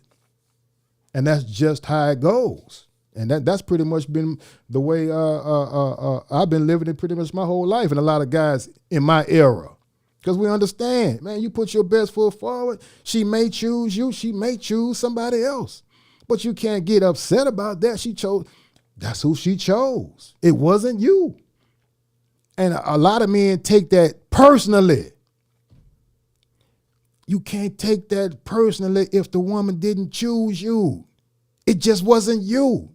That's not a knock on you as a man. That's just, she didn't choose you. You still a man. You still got your look. You still got your integrity. You still got everything going for you. She just did not choose you. Well, why she didn't choose me? Because she didn't. She did. Get over it. Sometimes we get chosen. Sometimes we don't. So, again, going back to what I was saying, hey, I'm going to put my best foot forward because I know if I'm attracted to it, they got other men attracted to it as well. I'm going to put my best foot forward. If she chooses me, that's fine. If she doesn't, that's life. That's how she didn't choose. But you ladies going around and you let this man flip the script and you really think that you got to choose a man, hey, I strongly disagree with that. I don't think you know your female leverage. That's just me. All right. Somebody said, Ms. Scott says, you give nuggets about how to get them, but what do you think to keep a man loyal? Ooh, I wrote about that. The last chapter of my book. I'm going to talk about that. Somebody said their ego can't handle it. Yeah. I definitely respect that. Yeah. But it's so many men, once again, that really think that they are the chosen one. And I'm like, son, you really don't know. Because that woman could show you some things that will crush you. It'll crush your heart. You wouldn't be able to handle it. Let's see. Lady Ray said, I would rather pull out my eyelashes one by one than to court a man. Exactly. You don't have to. Somebody said, love me some pen. Yeah, the Mac. Coach Patty said, tell it. Yeah.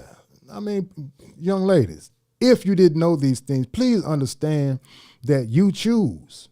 You choose. Now, all I can tell you is make sure you choose the right one. Let me tell you something. Men wish, let me tell you something we wish. We wish we had the options you had. What do I mean by that? We wish that we got the attention that you get from men.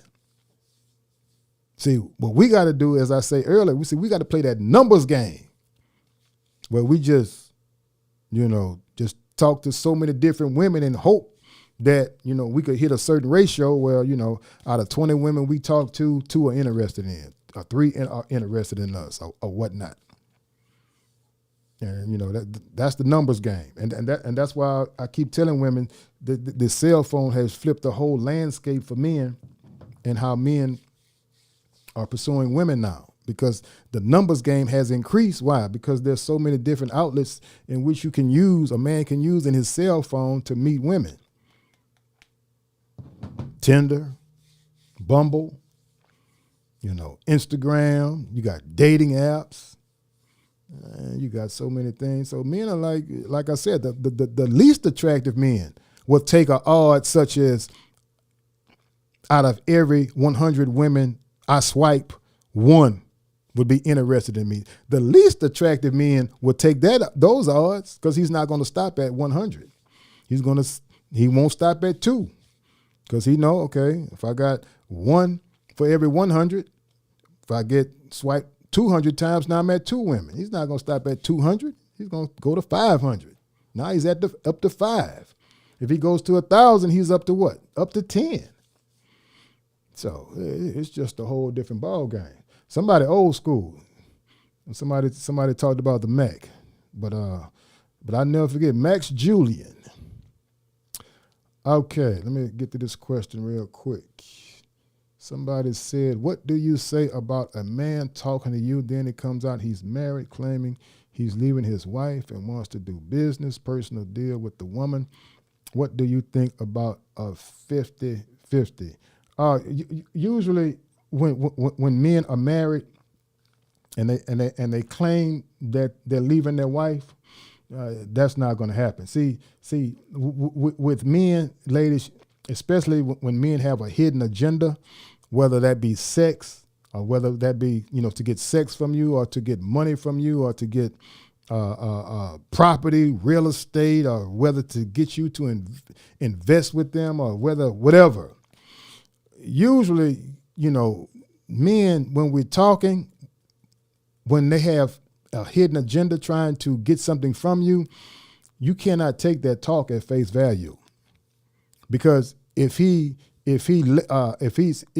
going through a divorce and he says he's leaving his wife, then wait till that divorce is over with. If that's somebody that you could be truly interested in. Now, truth be told, he could be telling you the truth, saying that he is going through a divorce. Could be. But a lot of times men will just say that knowing they're not going through a divorce, but they want to tell you what they think you want to hear because they think that that's going to increase their chances of getting whatever they want out of you, whether that, once again, be sex or money or your time or co-signing on a car or co-signing on property. Man, you'll be surprised. A lady emailed me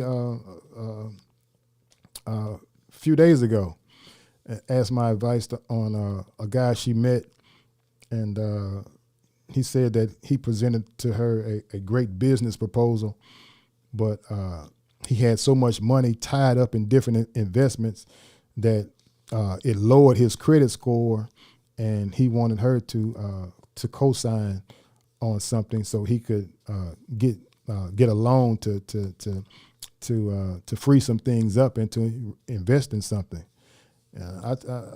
I basically told the lady, listen, that's totally up to you what you do, but I wouldn't do it. Because again, we know what co-signing means. If he doesn't pay that note, what happens? She's responsible. So I wouldn't do it. ladies, stop. You gotta in a lot of instances. All right, in a lot of instances, ladies, you got to stop letting these two eyes play tricks on you. What do I mean by that? All right, we all like what we like. You know, some people, you got a certain body type or, certain look or certain features that you like on different, on people or whatnot. But ladies, these eyes will play tricks on you because you may look at a man and, say he is fine AF. But beneath that physique and all that other stuff, that superficial stuff that you found attractive, you'd be surprised. A lot of times it's a lot of manipulating. It's going to be a lot of heartaches that you may experience. It could be a lot of nights that you end up crying on the floor. You could end up in bankruptcy court. You could end up having to hire a lawyer to try and recoup some of the money that you lost in some bad investments. You got a lot of shysters out here, attractive type men who are into those shyster type games, trying to get over on someone. A lady,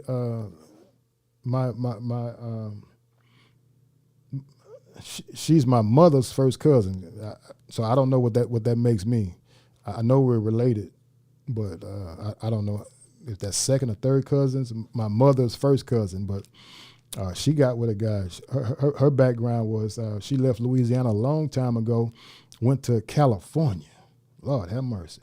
Not only she went to California, she went to San Francisco, California, and bought property in San Francisco in the 1970s. Bought property in San Francisco in the 1970s and paid for it. What do you think happened to that property in San Francisco in the 1970s? The value went through the roof. And so in the 2000s, she sold the property in San Francisco for such a high profit, came down here to Louisiana, bought a house cash money, and still had so much money because the cost of living in Louisiana is so much cheaper compared to the cost of living in California. I think we all know that. And she had a huge nest egg, not counting her husband had like 40 years that he had invested in working in California.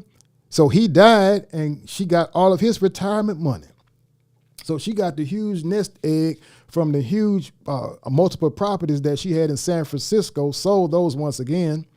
After those things, when you talk about 30 years of equity and real estate in San Francisco that you purchased in the 70s and you sold it around 2000, man, you talking about. But anyway, sold all that, moved to Louisiana. Husband died, so she had to sold the property in California, bought a house, beautiful house down here in Louisiana, cash money, then still had so much money left over because the cost of living here is so much cheaper than California. Had a husband's retirement. Guess what? Ran across a dude who sold her a dream. And he's about, I would say, 20 years younger than her. So he caught her in a vulnerable state. He about 20 years younger than her. Found out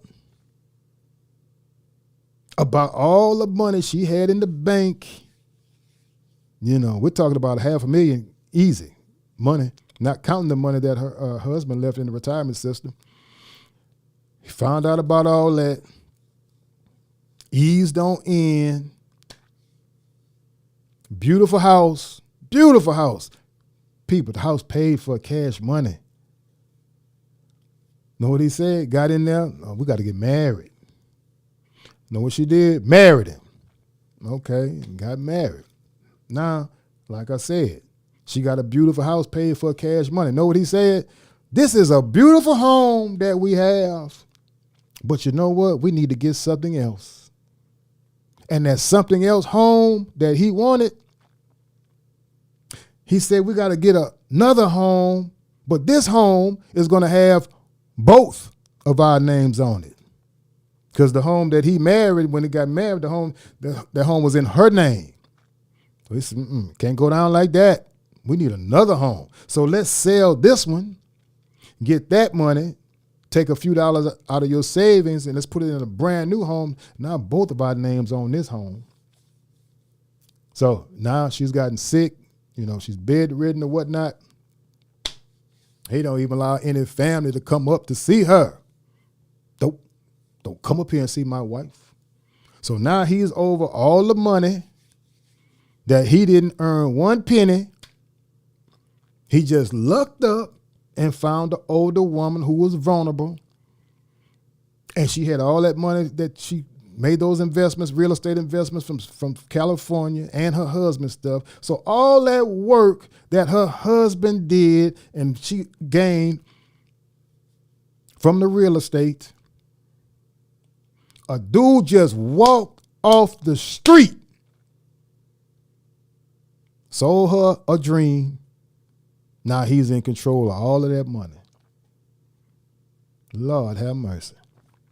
So, ladies, you better be careful out here. Who is that? I got a question. Who is that? Coach Patty. I think Coach Patty is in California. I think she's in San Francisco. Yeah. See, Coach, that's what I was thinking, Coach Patty. She made millions in California. See, that's what I was thinking. People, I promise you, she left Louisiana in the 60s and got out there and started buying up property in San Francisco in the 60s and 70s and sold all of it around, I would say, around 2002, 2003. So, Coach Patty, we're on the same page. She made millions in California and came back to Louisiana and thought she was going to live the best life she could have lived. And she was on her way. But this dude just walked clean off the street, about 20 years younger, took her in that bedroom, rocked her world in that bedroom and whatever, spit the game. Now he's in control of all of that money and he didn't earn one penny of it. It's a cold game out here. Somebody said, I told y'all these men got a plan. Man, I hate this. Somebody help me out in family. It's my mother's first cousin. Her mother and my grandmother were sisters. So what would that make us? Does that make us second? Is that second cousins? The lady I'm talking about, her mother and my grandmother are sisters. But I know she and my mama are first cousins. But if somebody could help me out, I would really appreciate that. But hey, ladies, y'all better be up on that. Man, I'm telling you, this dude's so cold-blooded, like I said. He went in there, finessed her, made her sell the original house, build a new house, put both of the names on it. But he will not allow any family members near that home. He doesn't want you to know how much money he's in control of. And she has a daughter. Her daughter can't see her own mama. Can you imagine as a daughter, you saw your daddy go to work every day and you saw your mother out there buying up real estate in California. And as a daughter, the only daughter, you're like, man, all of this is going to be mine one day. My daddy's retirement, because he went to work every day, and she was, like I said, she was heavily into that real estate back in the early 70s. And that daughter looking like, ooh, I'm going to have a nice nest egg when I get older. I ain't going to have one care in the world. And now that daughter, she ain't getting one penny. She's not going to get one penny. The husband's going to get it. All right, let me go back to Coach Patty. Hold up. She said real estate in California in the 60s how my parents. See? Exactly. Thank you, Coach Patty. See, man, them people were leaving Louisiana and Arkansas and Georgia and Alabama. Man, they were going to California in those 50s and 60s. They were getting that property, buying that property, paid for. And the value of that property just, especially when we start talking about San Francisco, San Jose, what is that? What is that called? Silicon Valley or whatever that is. All right, somebody said, thank you for sharing that story. Oh, yeah, you ladies better be careful out here. You out here done build you a nice nest egg. And you see a guy, he just walked out of the gym. And you look at those biceps and triceps and say, ooh, Lord. Ooh, he fine. Okay. All right. You better stop. You can't do that. Somebody said, Lord Jesus, he will reap what he has sown. I hope he does. But like I said, no family members can come see her.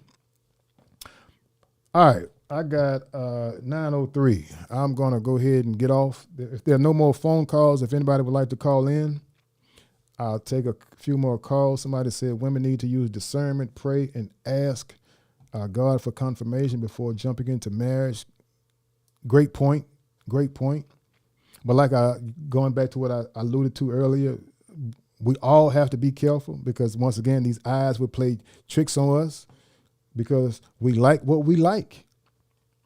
And that's just how it is.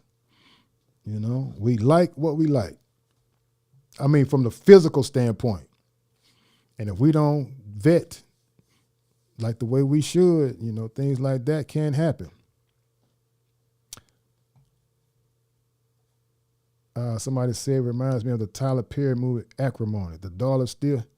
She said the daughter still has rights legally.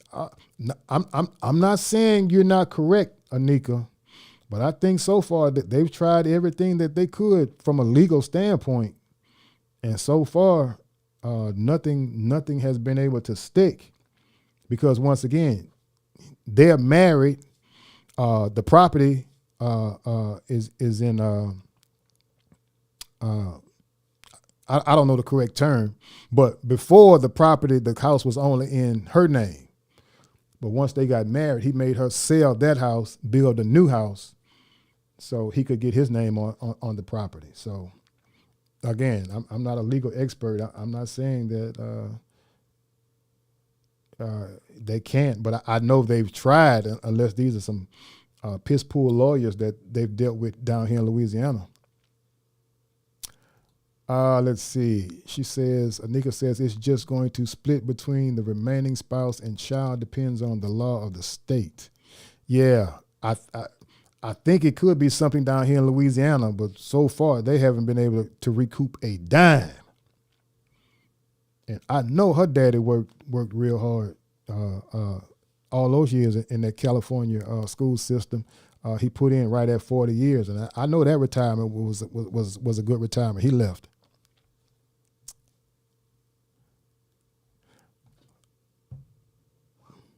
All right. Any other comments? Any phone calls? Earlier we were talking about the age gap. Somebody said not in Louisiana. VV Mo. Help me out with that, VV Mo. Hopefully you could help me out. What is the law here in Louisiana, VV? I would love to know that. Because I know the family has tried to go the legal route to try and get some of that money.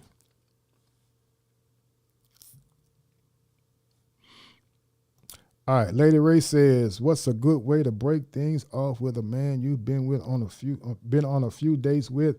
Lady Ray, the best way is you just be honest with him. Now I'm gonna tell you something. See, men, we hate bad news. We hate it. We don't want to hear it. But I would say, Lady Ray, just be honest with him, and tell him. Or, you know, you may be the type of woman that says that you may be the type of woman that can't bring herself to do that, because everybody can't do that. And if that is, you know, just cut off contact. Why? He'll get the message. And see, you got to understand. See, as men, like I said, we hate it when it happens, but we'll get the message, and sooner or later we'll get over it. But does it feel good? Hell no, that doesn't feel good. We hate that. But again, we'll get the message when, we don't hear from you, or we call you and you don't, return the call, or we text you and you don't return the text. It may take a little while, but again, some ladies feel that they just can't, bring themselves up to do it. Like some women, they say that I can't give a man a wrong phone number. You say, I just can't bring myself to do it. I just feel like I'm lying, and I'll give him the right number, but I may not return his call or whatnot. So, all right, got a quick phone call. Hold on one second. Hello, caller. Can you hear me? Yeah, I can hear you. What's your name and where are you calling from? This is Jamie Janae. I'm currently in the chat right now. I'm calling from Memphis. Memphis? Oh, my goodness. Memphis, Tennessee. Oh, yeah. Oh, yeah, the one and only. Yeah, Not Memphis in Africa. What's the dating scene like? The dating scene like in Memphis? It's actually interesting because the men here, you have a good group that are hardworking and intentional, but then you have the grown boys who still want to play games. So it's a gamble. Yeah. Good. What's your? You have a question? You had a comment? Or what's going on? Yeah, I was gonna wait because at first I didn't have a reason as to when I was gonna call, but I was thinking of some questions that I was gonna ask you, so I just wanted to go ahead and call in now that I have the opportunity. So for me, as far as when I'm out, because typically I like to hang out on the weekends because I work during the week. So when I do find the time to actually go out, I like to date myself, but I also want to date with intention. So when I'm going out, I do have the mindset that I'm open to seeing someone. But I would say my issue is that I may have a chronic illness, which is called RBS. And if anyone knows what that is resting bitch face. So it's basically people may perceive you as unapproachable. And I've been working on that. I think I have gotten so much better that now I feel like I can feel myself smiling even when I'm not trying to. So I'm getting better. Great. But as it pertains to making eye contact with a man, I think I'm having trouble with how my face is sitting, because maybe I don't look like I'm interested in that man. I can lock eyes with a man and he may be uncertain as to how I'm feeling. So as far as maintaining eye contact and showing that I'm interested, or at least to let him know that I'm attracted, what do you think I can do to let him know that? Because I may be doing something wrong. Yeah. First of all, again, thank you for calling in, and thank you for the question. What I look for in a lady, and what a lot of men look for in a lady, see, we're also looking at your body language too. Because see your body language. Of course, I'm not a woman, but there are things that I notice that women do when they're interested in a man. For example, some women I've noticed may if their legs are crossed, they may move a certain way. Not uncrossing their legs, but they just may reposition themselves. I've seen women, sometimes maybe play in their hair. Not saying you should do that, but what I'm saying is there are certain things that you can do with your body language to kind of let a guy know that you're interested. But especially, kind of in a subtle way, kind of changing your position depending upon, like if you're standing up or if you're sitting down. There's certain ways that I've noticed a woman can just slightly move her head or maybe slightly move her shoulders or whatnot, and it kind of gives that man that invitation that okay, I'm interested. Now, with your eyes, the eyes, that's a good sign as well. But let me ask you this: Are you the type to send out subtle messages with body language, or be able to use your body in a way in which you can move, or maybe maybe turn, or maybe whatever, just to kind of see it's kind of hard for me to describe it because I'm not a woman. Yeah.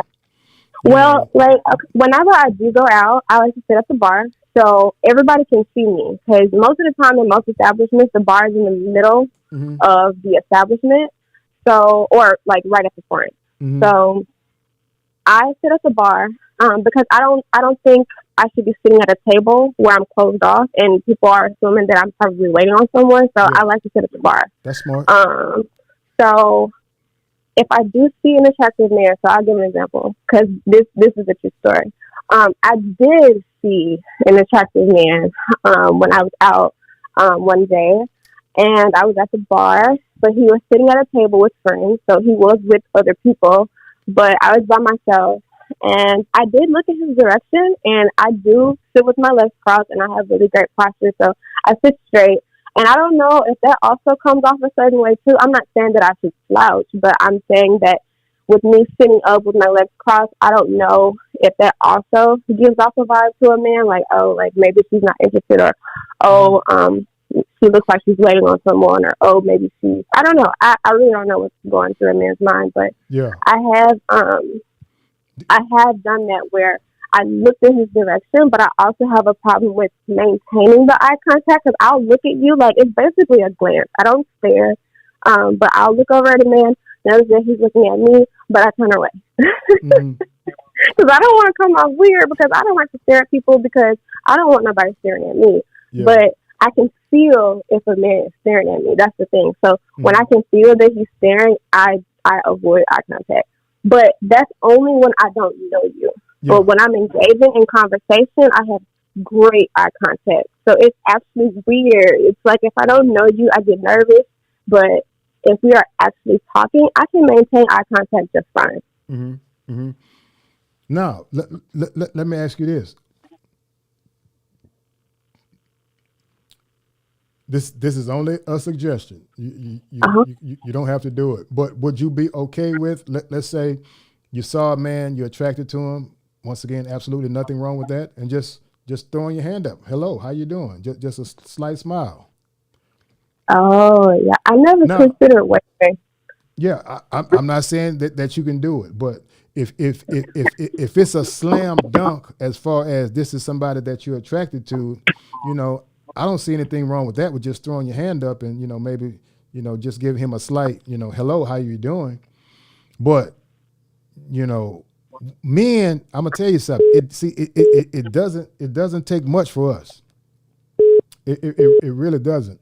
But I really think if you could, I really think eye contact is the most effective way. Whereas, like you said, not staring, but if you could glance at him, maybe look away and then maybe glance at him at another time. Cause see, men, one thing about us, if we're looking down or we're talking to our friends and then we look up and we see that you're looking, what we'll do is once we see you're looking, we'll go back to talking to our friends again and our other friend over here, and then we'll look back again.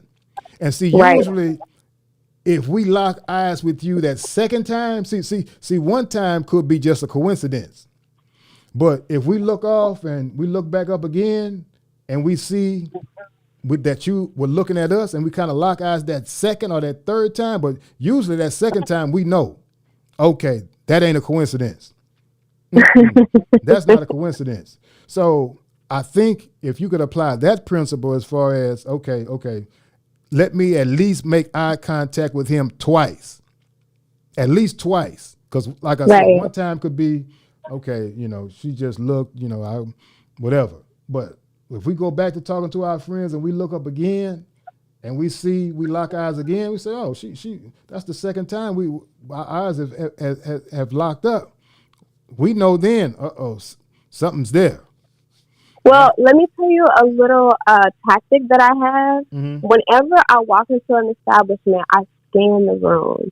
Like, I don't walk in immediately. Like, if there's a host stand there and I'm waiting for someone to greet me, I use that opportunity to scan the room and look around.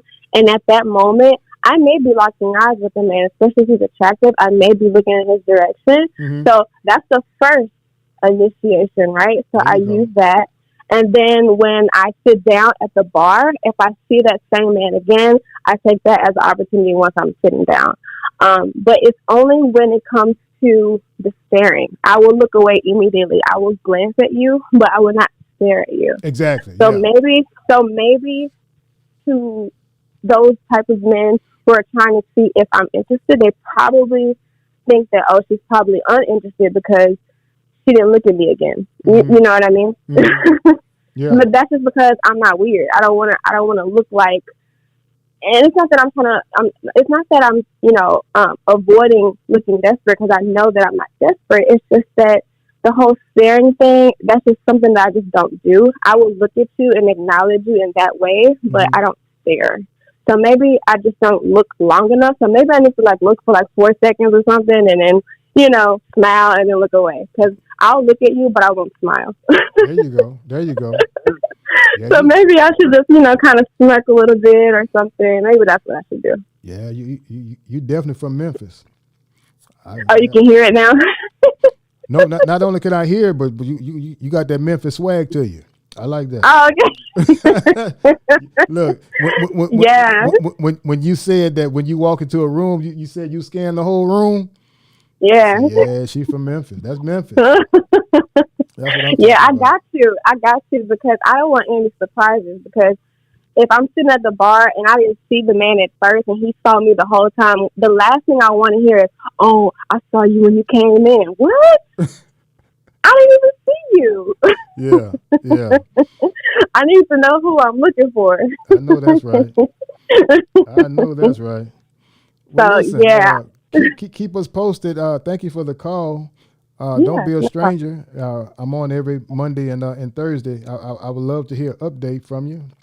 Let me know how things are going. I'll definitely do that. All right. Well, you have a good night here.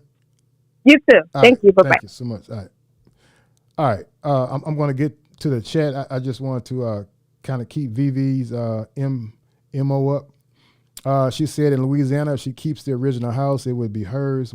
Once she purchased the new house, it belongs to both of them. Ladies, you have to know the real estate laws in your state. Great point. And the guy she married, he knew that. So he knew, sell that house, build a new house with both of the names on it.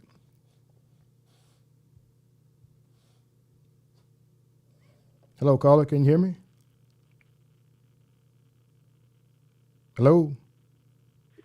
Hi, can you hear me? Yes, ma'am. I can hear you just fine. What's your name and where are you calling from? This is Okoye, right? Yes, ma'am. Okay. This is Mimi, and I'm from Raleigh, North Carolina. Wow. Yeah. So I was calling because I just wanted from a man's perspective. So what I hear a lot amongst men, I guess online, is that they don't really care about a woman's career. They don't really care about, they don't really pay attention to her finances. And I just feel like that's really weird. I feel like if you're a man of a certain character who has a certain quality to him, you would care about that type of stuff. Maybe not the most important thing, but I feel like if you want to build wealth or a legacy for your future family, I'm just okay, why would you not care about that? So I'm just curious, is that true? Is it not true? I mean, what's your take on it? Yeah. I just want to make sure we're on the same page. Now, you're saying men that date online are saying these things, or what are you saying? Not men who date online. I watch a lot of stuff online, and sometimes I like to hear what men have to say when it comes to women. Mm-hmm. And that's what I'm hearing a lot, that a lot of men, it's not something that they really care about. They don't really care about, women getting degrees. They don't really care about women, doing the whole independent thing, going for what they want. Yeah. It's more so about what they look like, their body, and of course their personality. But I don't know. I just feel like sometimes I feel like maybe that's their way of trying to make sure that women can't do for themselves. I got you. So I'm just curious. Yeah. Let me give you my take on that. Again, from a male's perspective, men, we really don't care about how much money you make, and we really don't care about what you do for a living. Now, does that mean that we find it worthless? No, it doesn't. See, what you have to understand about a man is, once again, see, underneath all of this is something that's called masculinity. And see, our masculinity makes us automatically want to be the breadwinner, the provider, the person who makes the most money, the person who brings home the bacon, the person who protects the house, the person who protects the family, the person whose dominion is over the house, the person who has the final say so. See, all that comes with our makeup. As far as being a man, masculinity, that hormone that's called testosterone that's flowing through us. Now, let me tell you what I mean by that. Does that mean that we don't respect what you do? We don't respect the money that you make? No. But see, our masculinity, that hormone testosterone that's flowing through us, that makes us feel like a man. See, if you're a woman and you have a career, see, we'll support you in that career, but what we want you to realize is, or how we look at it is, that's what you do for a living. In other words, let's say you're an attorney for a Fortune 500 company, and you work from 8 to 5. Or, you may have, you're a professional type woman, you make a lot of money, whatnot, you work from 8 to 5. See, what we're looking for as men, as I said, we really don't care about what you do for a living, but when you get home at 5 o'clock, can you leave being a high-priced attorney? Can you leave being a nurse practitioner? Can you leave being a medical doctor? Can you leave being a CPA? Can you leave being a PhD? Can you leave that on the job and don't bring that to the home? That's what we mean by, your careers matter, but they don't matter that much to us. See, a real man, we're gonna applaud you for putting in the hard work to get that degree, to get that master's, to get that PhD, to get that that Juris Doctorate, whatever it took you to get there. But can you leave that on the job? And then when you come home, can you be our wife? Can you be feminine? Okay. Can you give us stimulating conversation? Can you uphold us? Can you support us? Can you run that household the way we want you to run it once you enter those doors? Because this is just me. I've met so many professional women. I mean, some beautiful professional women, high income, high earning, all those great things. I applaud all of those things. But the trouble that I've run across with them is they can't separate the job from when they come home. So, for example, I was head over heels for this lady. I'm not trying to give it away because I live in a very small city, but she has a PhD. She teaches at a major university. She got her PhD from a Big Ten university. All right, so if she's listening, I already gave it away. I was so crazy about this woman, but she couldn't separate bringing her career home And I was like, baby, baby, baby, I applaud you. I support you so much in what you do on your job. But when you come home, let's talk about us. And it was like she could not separate what she does for a living to being the type of woman that a man wants once you enter that front door. Because once you enter that front door, we don't want to hear about this case that this case that you have against a major corporation, or we don't want to hear about what's going on your job. We want you. We want you in your feminine state. So again, I think a lot of women take it the wrong way as far as what men men don't care about our education. We don't care about your money. No, we don't care about your money, and we really don't care about your education. We applaud it, but can you separate the two once you leave that job and come home? What do you do for a living, if you don't mind me asking? I'm a speech therapist. A speech therapist. Okay, excellent. So to become a speech therapist, how much training did you have to do? I got my bachelor's, and then you have to get a master's. So I have my master's. Exactly.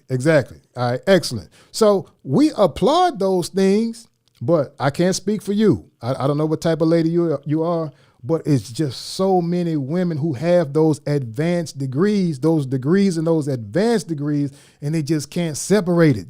They bring it home. And see, when a man comes home, number one, we want peace. Number two, we want serenity. We want tranquility.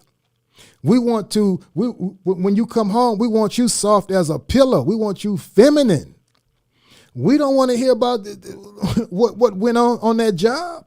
Now, I think we could come to an agreement that, okay, maybe the first 30 minutes when you come home, we'll listen to each other's stories and allow us to unwind. But if you're a PhD and you bringing that PhD to the house, that's a turnoff. If you're a medical doctor, you bringing that medical doctor stuff to the house, turn off. If you're a what's your speech pathologist? If you bringing that to the house, turn off. Why? Because the house, that's our domain. And I guess maybe I'm sorry. I guess maybe like the way I receive things, like I guess maybe the way I understand it is, it's almost like some men, they don't really like, it's just about looks. And I'm just like, well, what about like, I know looks is important for men, but I'm like, okay, what about how intelligent she is? Like, obviously I know you said men don't really care about career, but I'm just like, I guess the way I'm looking at it is, if you want to build like a family, if you're trying to have a certain legacy, you have to go, it's so much more to a woman than just her looks. Mm-hmm. It's about her intelligence. Like, what does, a woman can have beauty and brains. Yeah. But from what I'm hearing a lot of men say, I guess it's mostly insecure men. It's just like, well, we don't really care about that. It's about, you being submissive, you being beautiful, keeping your weight in check. And I'm just like, okay, so that's all you care about. Mm-hmm. So that's all. I just wanted more understanding in that. Okay. I get what you're saying. Maybe I kind of got off topic then. No, you didn't. No, you definitely like. I learned a lot just from what you said. So no, you didn't. Okay. All right. Anything else? No, that's it. Thank you so much. Thank you. I appreciate you calling. All right. Bye.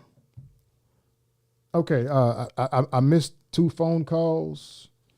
Let's see, what did Lady Ray say? Lady Ray says, yes, you got to know how to turn it off. It's masculine energy. Yes, I agree with you 100%.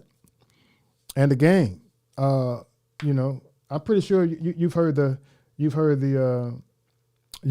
old saying that men are simple creatures.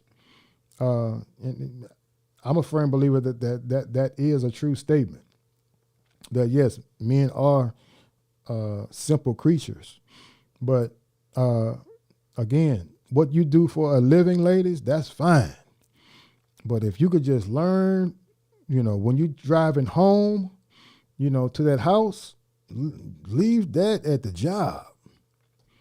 Because like I said, once you come home, we're looking for an environment that's conducive to peace and love and serenity and tranquility. And, you know, like I said, man, there was this woman, I was so crazy about this woman. But when we talked on the phone, all she wanted to talk about was research. I don't want to hear about no damn research. No. Man, I'm talking about oh my goodness. She was everything a man could want, or she is everything a man could want in a woman. But we're on the phone, she's talking about her new research project. I can't do it. I don't want to hear about your research project. I don't want to hear about your next court case. Man, we don't want to hear about your next court case. We don't care about your next surgery that's coming up. No.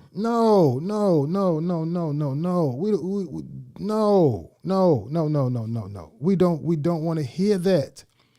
And I'm hoping I'm not coming across as being, narcissistic or anything like that. But I'm just telling you, trying to give you ladies a better understanding about a man's nature, especially when we come home. Because I'm a firm believer that, ladies, it's your job to build that environment within the home that makes us want to run 10 red lights to get home to you. Run through 50 stop signs to get to you. But if you bring in that career home, and we don't, we support your career, but we don't want to really hear about that. We want some pillow talk about no doggone research. And so if you're doing that, see what's going to happen is you're going to create the opposite. When we leave home, we're going to be like, damn, boy, when I get home, how can I delay going home? Well, I'm going to the cigar bar. Then I'll go home. I'm going to the sports bar. Then I'll go home. I'm going by my friend's house. Then I'll go home. We try and look for ways to delay going home. Come up with things. No, I ain't going home right now. I'm going to the strip club. Then I'll go home or whatever. Now, am I saying it's right? Nope. But I'm saying, ladies, you got to, if you create that environment that's conducive for peace, we'll run 10 red lights to get home to you. But that dog gonna bring in that career home? Nope, we don't want to hear that. All right, let's see. Somebody said, I think women got to find a man that's your friend and into you. That's a good point.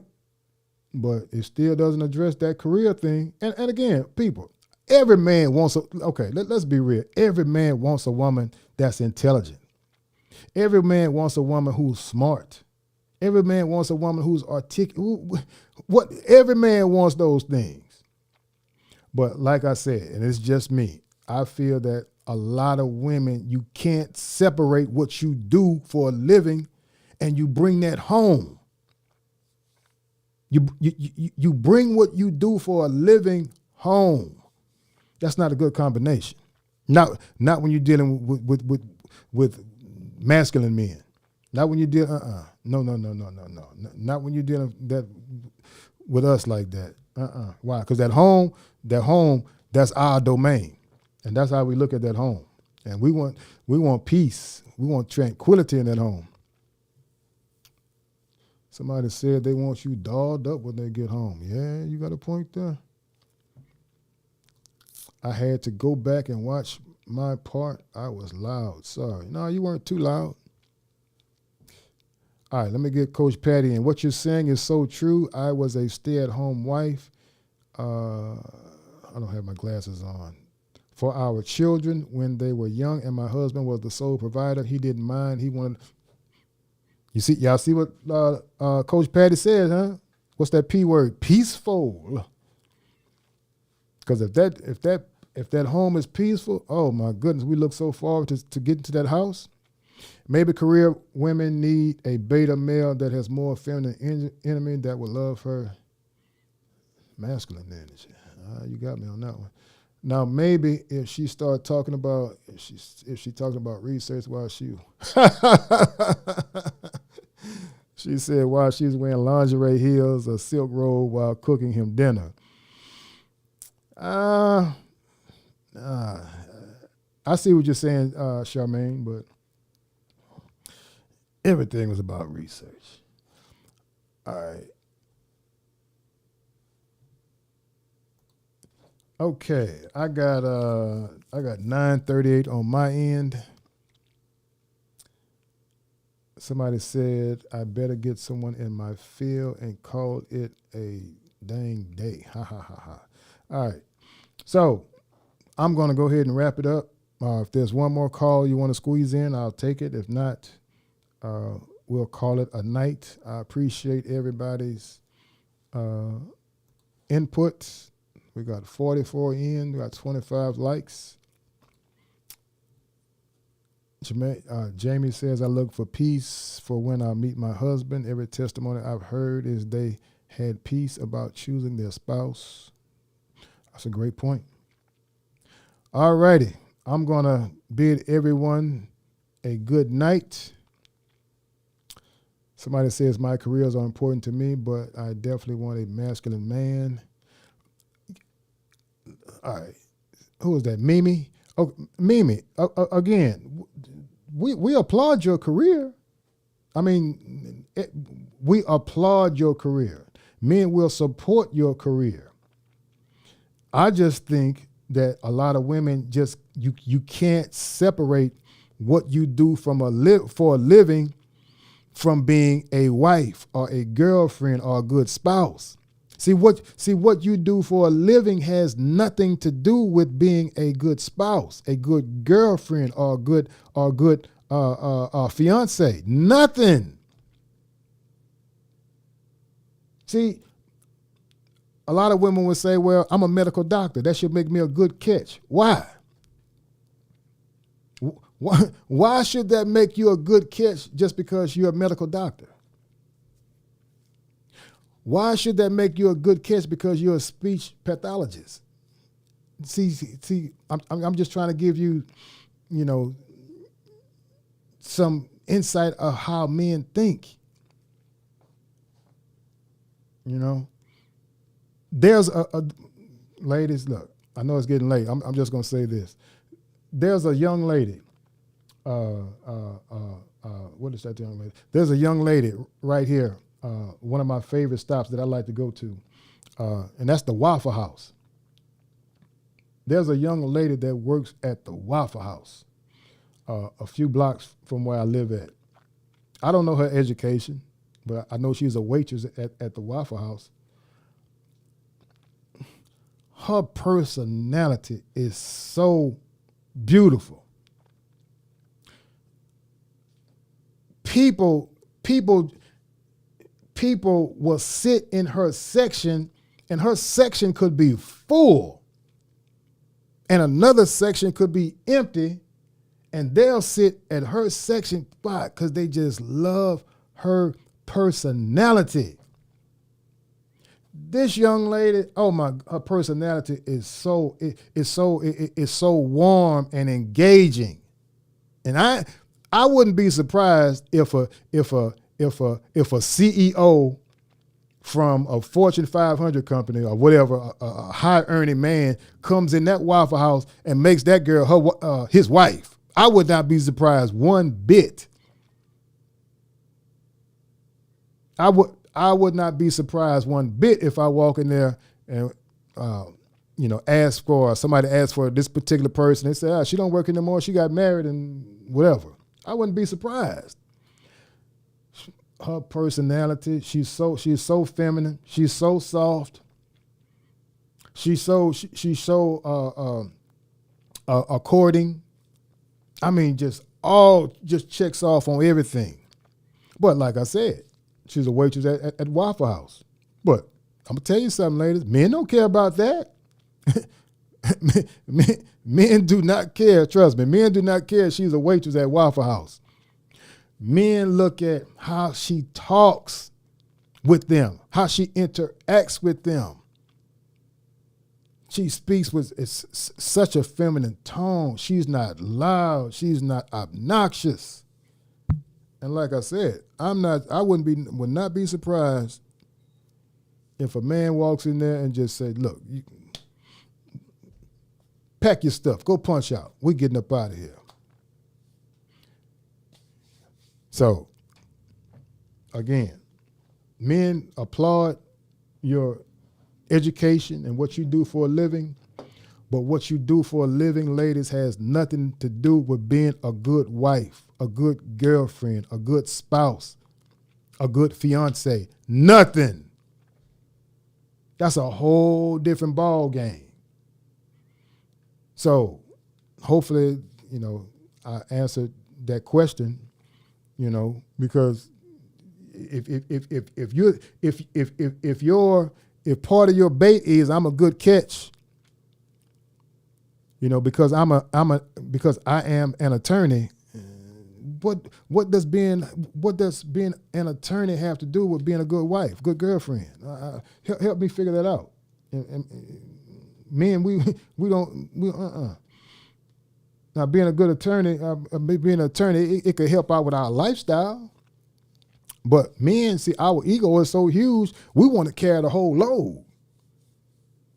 We want to carry the whole load. Why? Because that makes us feel like a man. Paying all the bills, things of that nature, it makes us feel like a man. Having dominion over the house, that makes us feel like a man. See? All right, let me get up out of here. Somebody said men are so different. All right, so I'm going to get out of here, people. Have a great night. A lot of people have got up out of here. Have a great night. Appreciate everybody who attended. I'm going to log off, and I will see you. Let me look at this last comment. Men want to carry the whole load. Yep, you got that right. All right, so everybody have a good night. I'll see you on Thursday.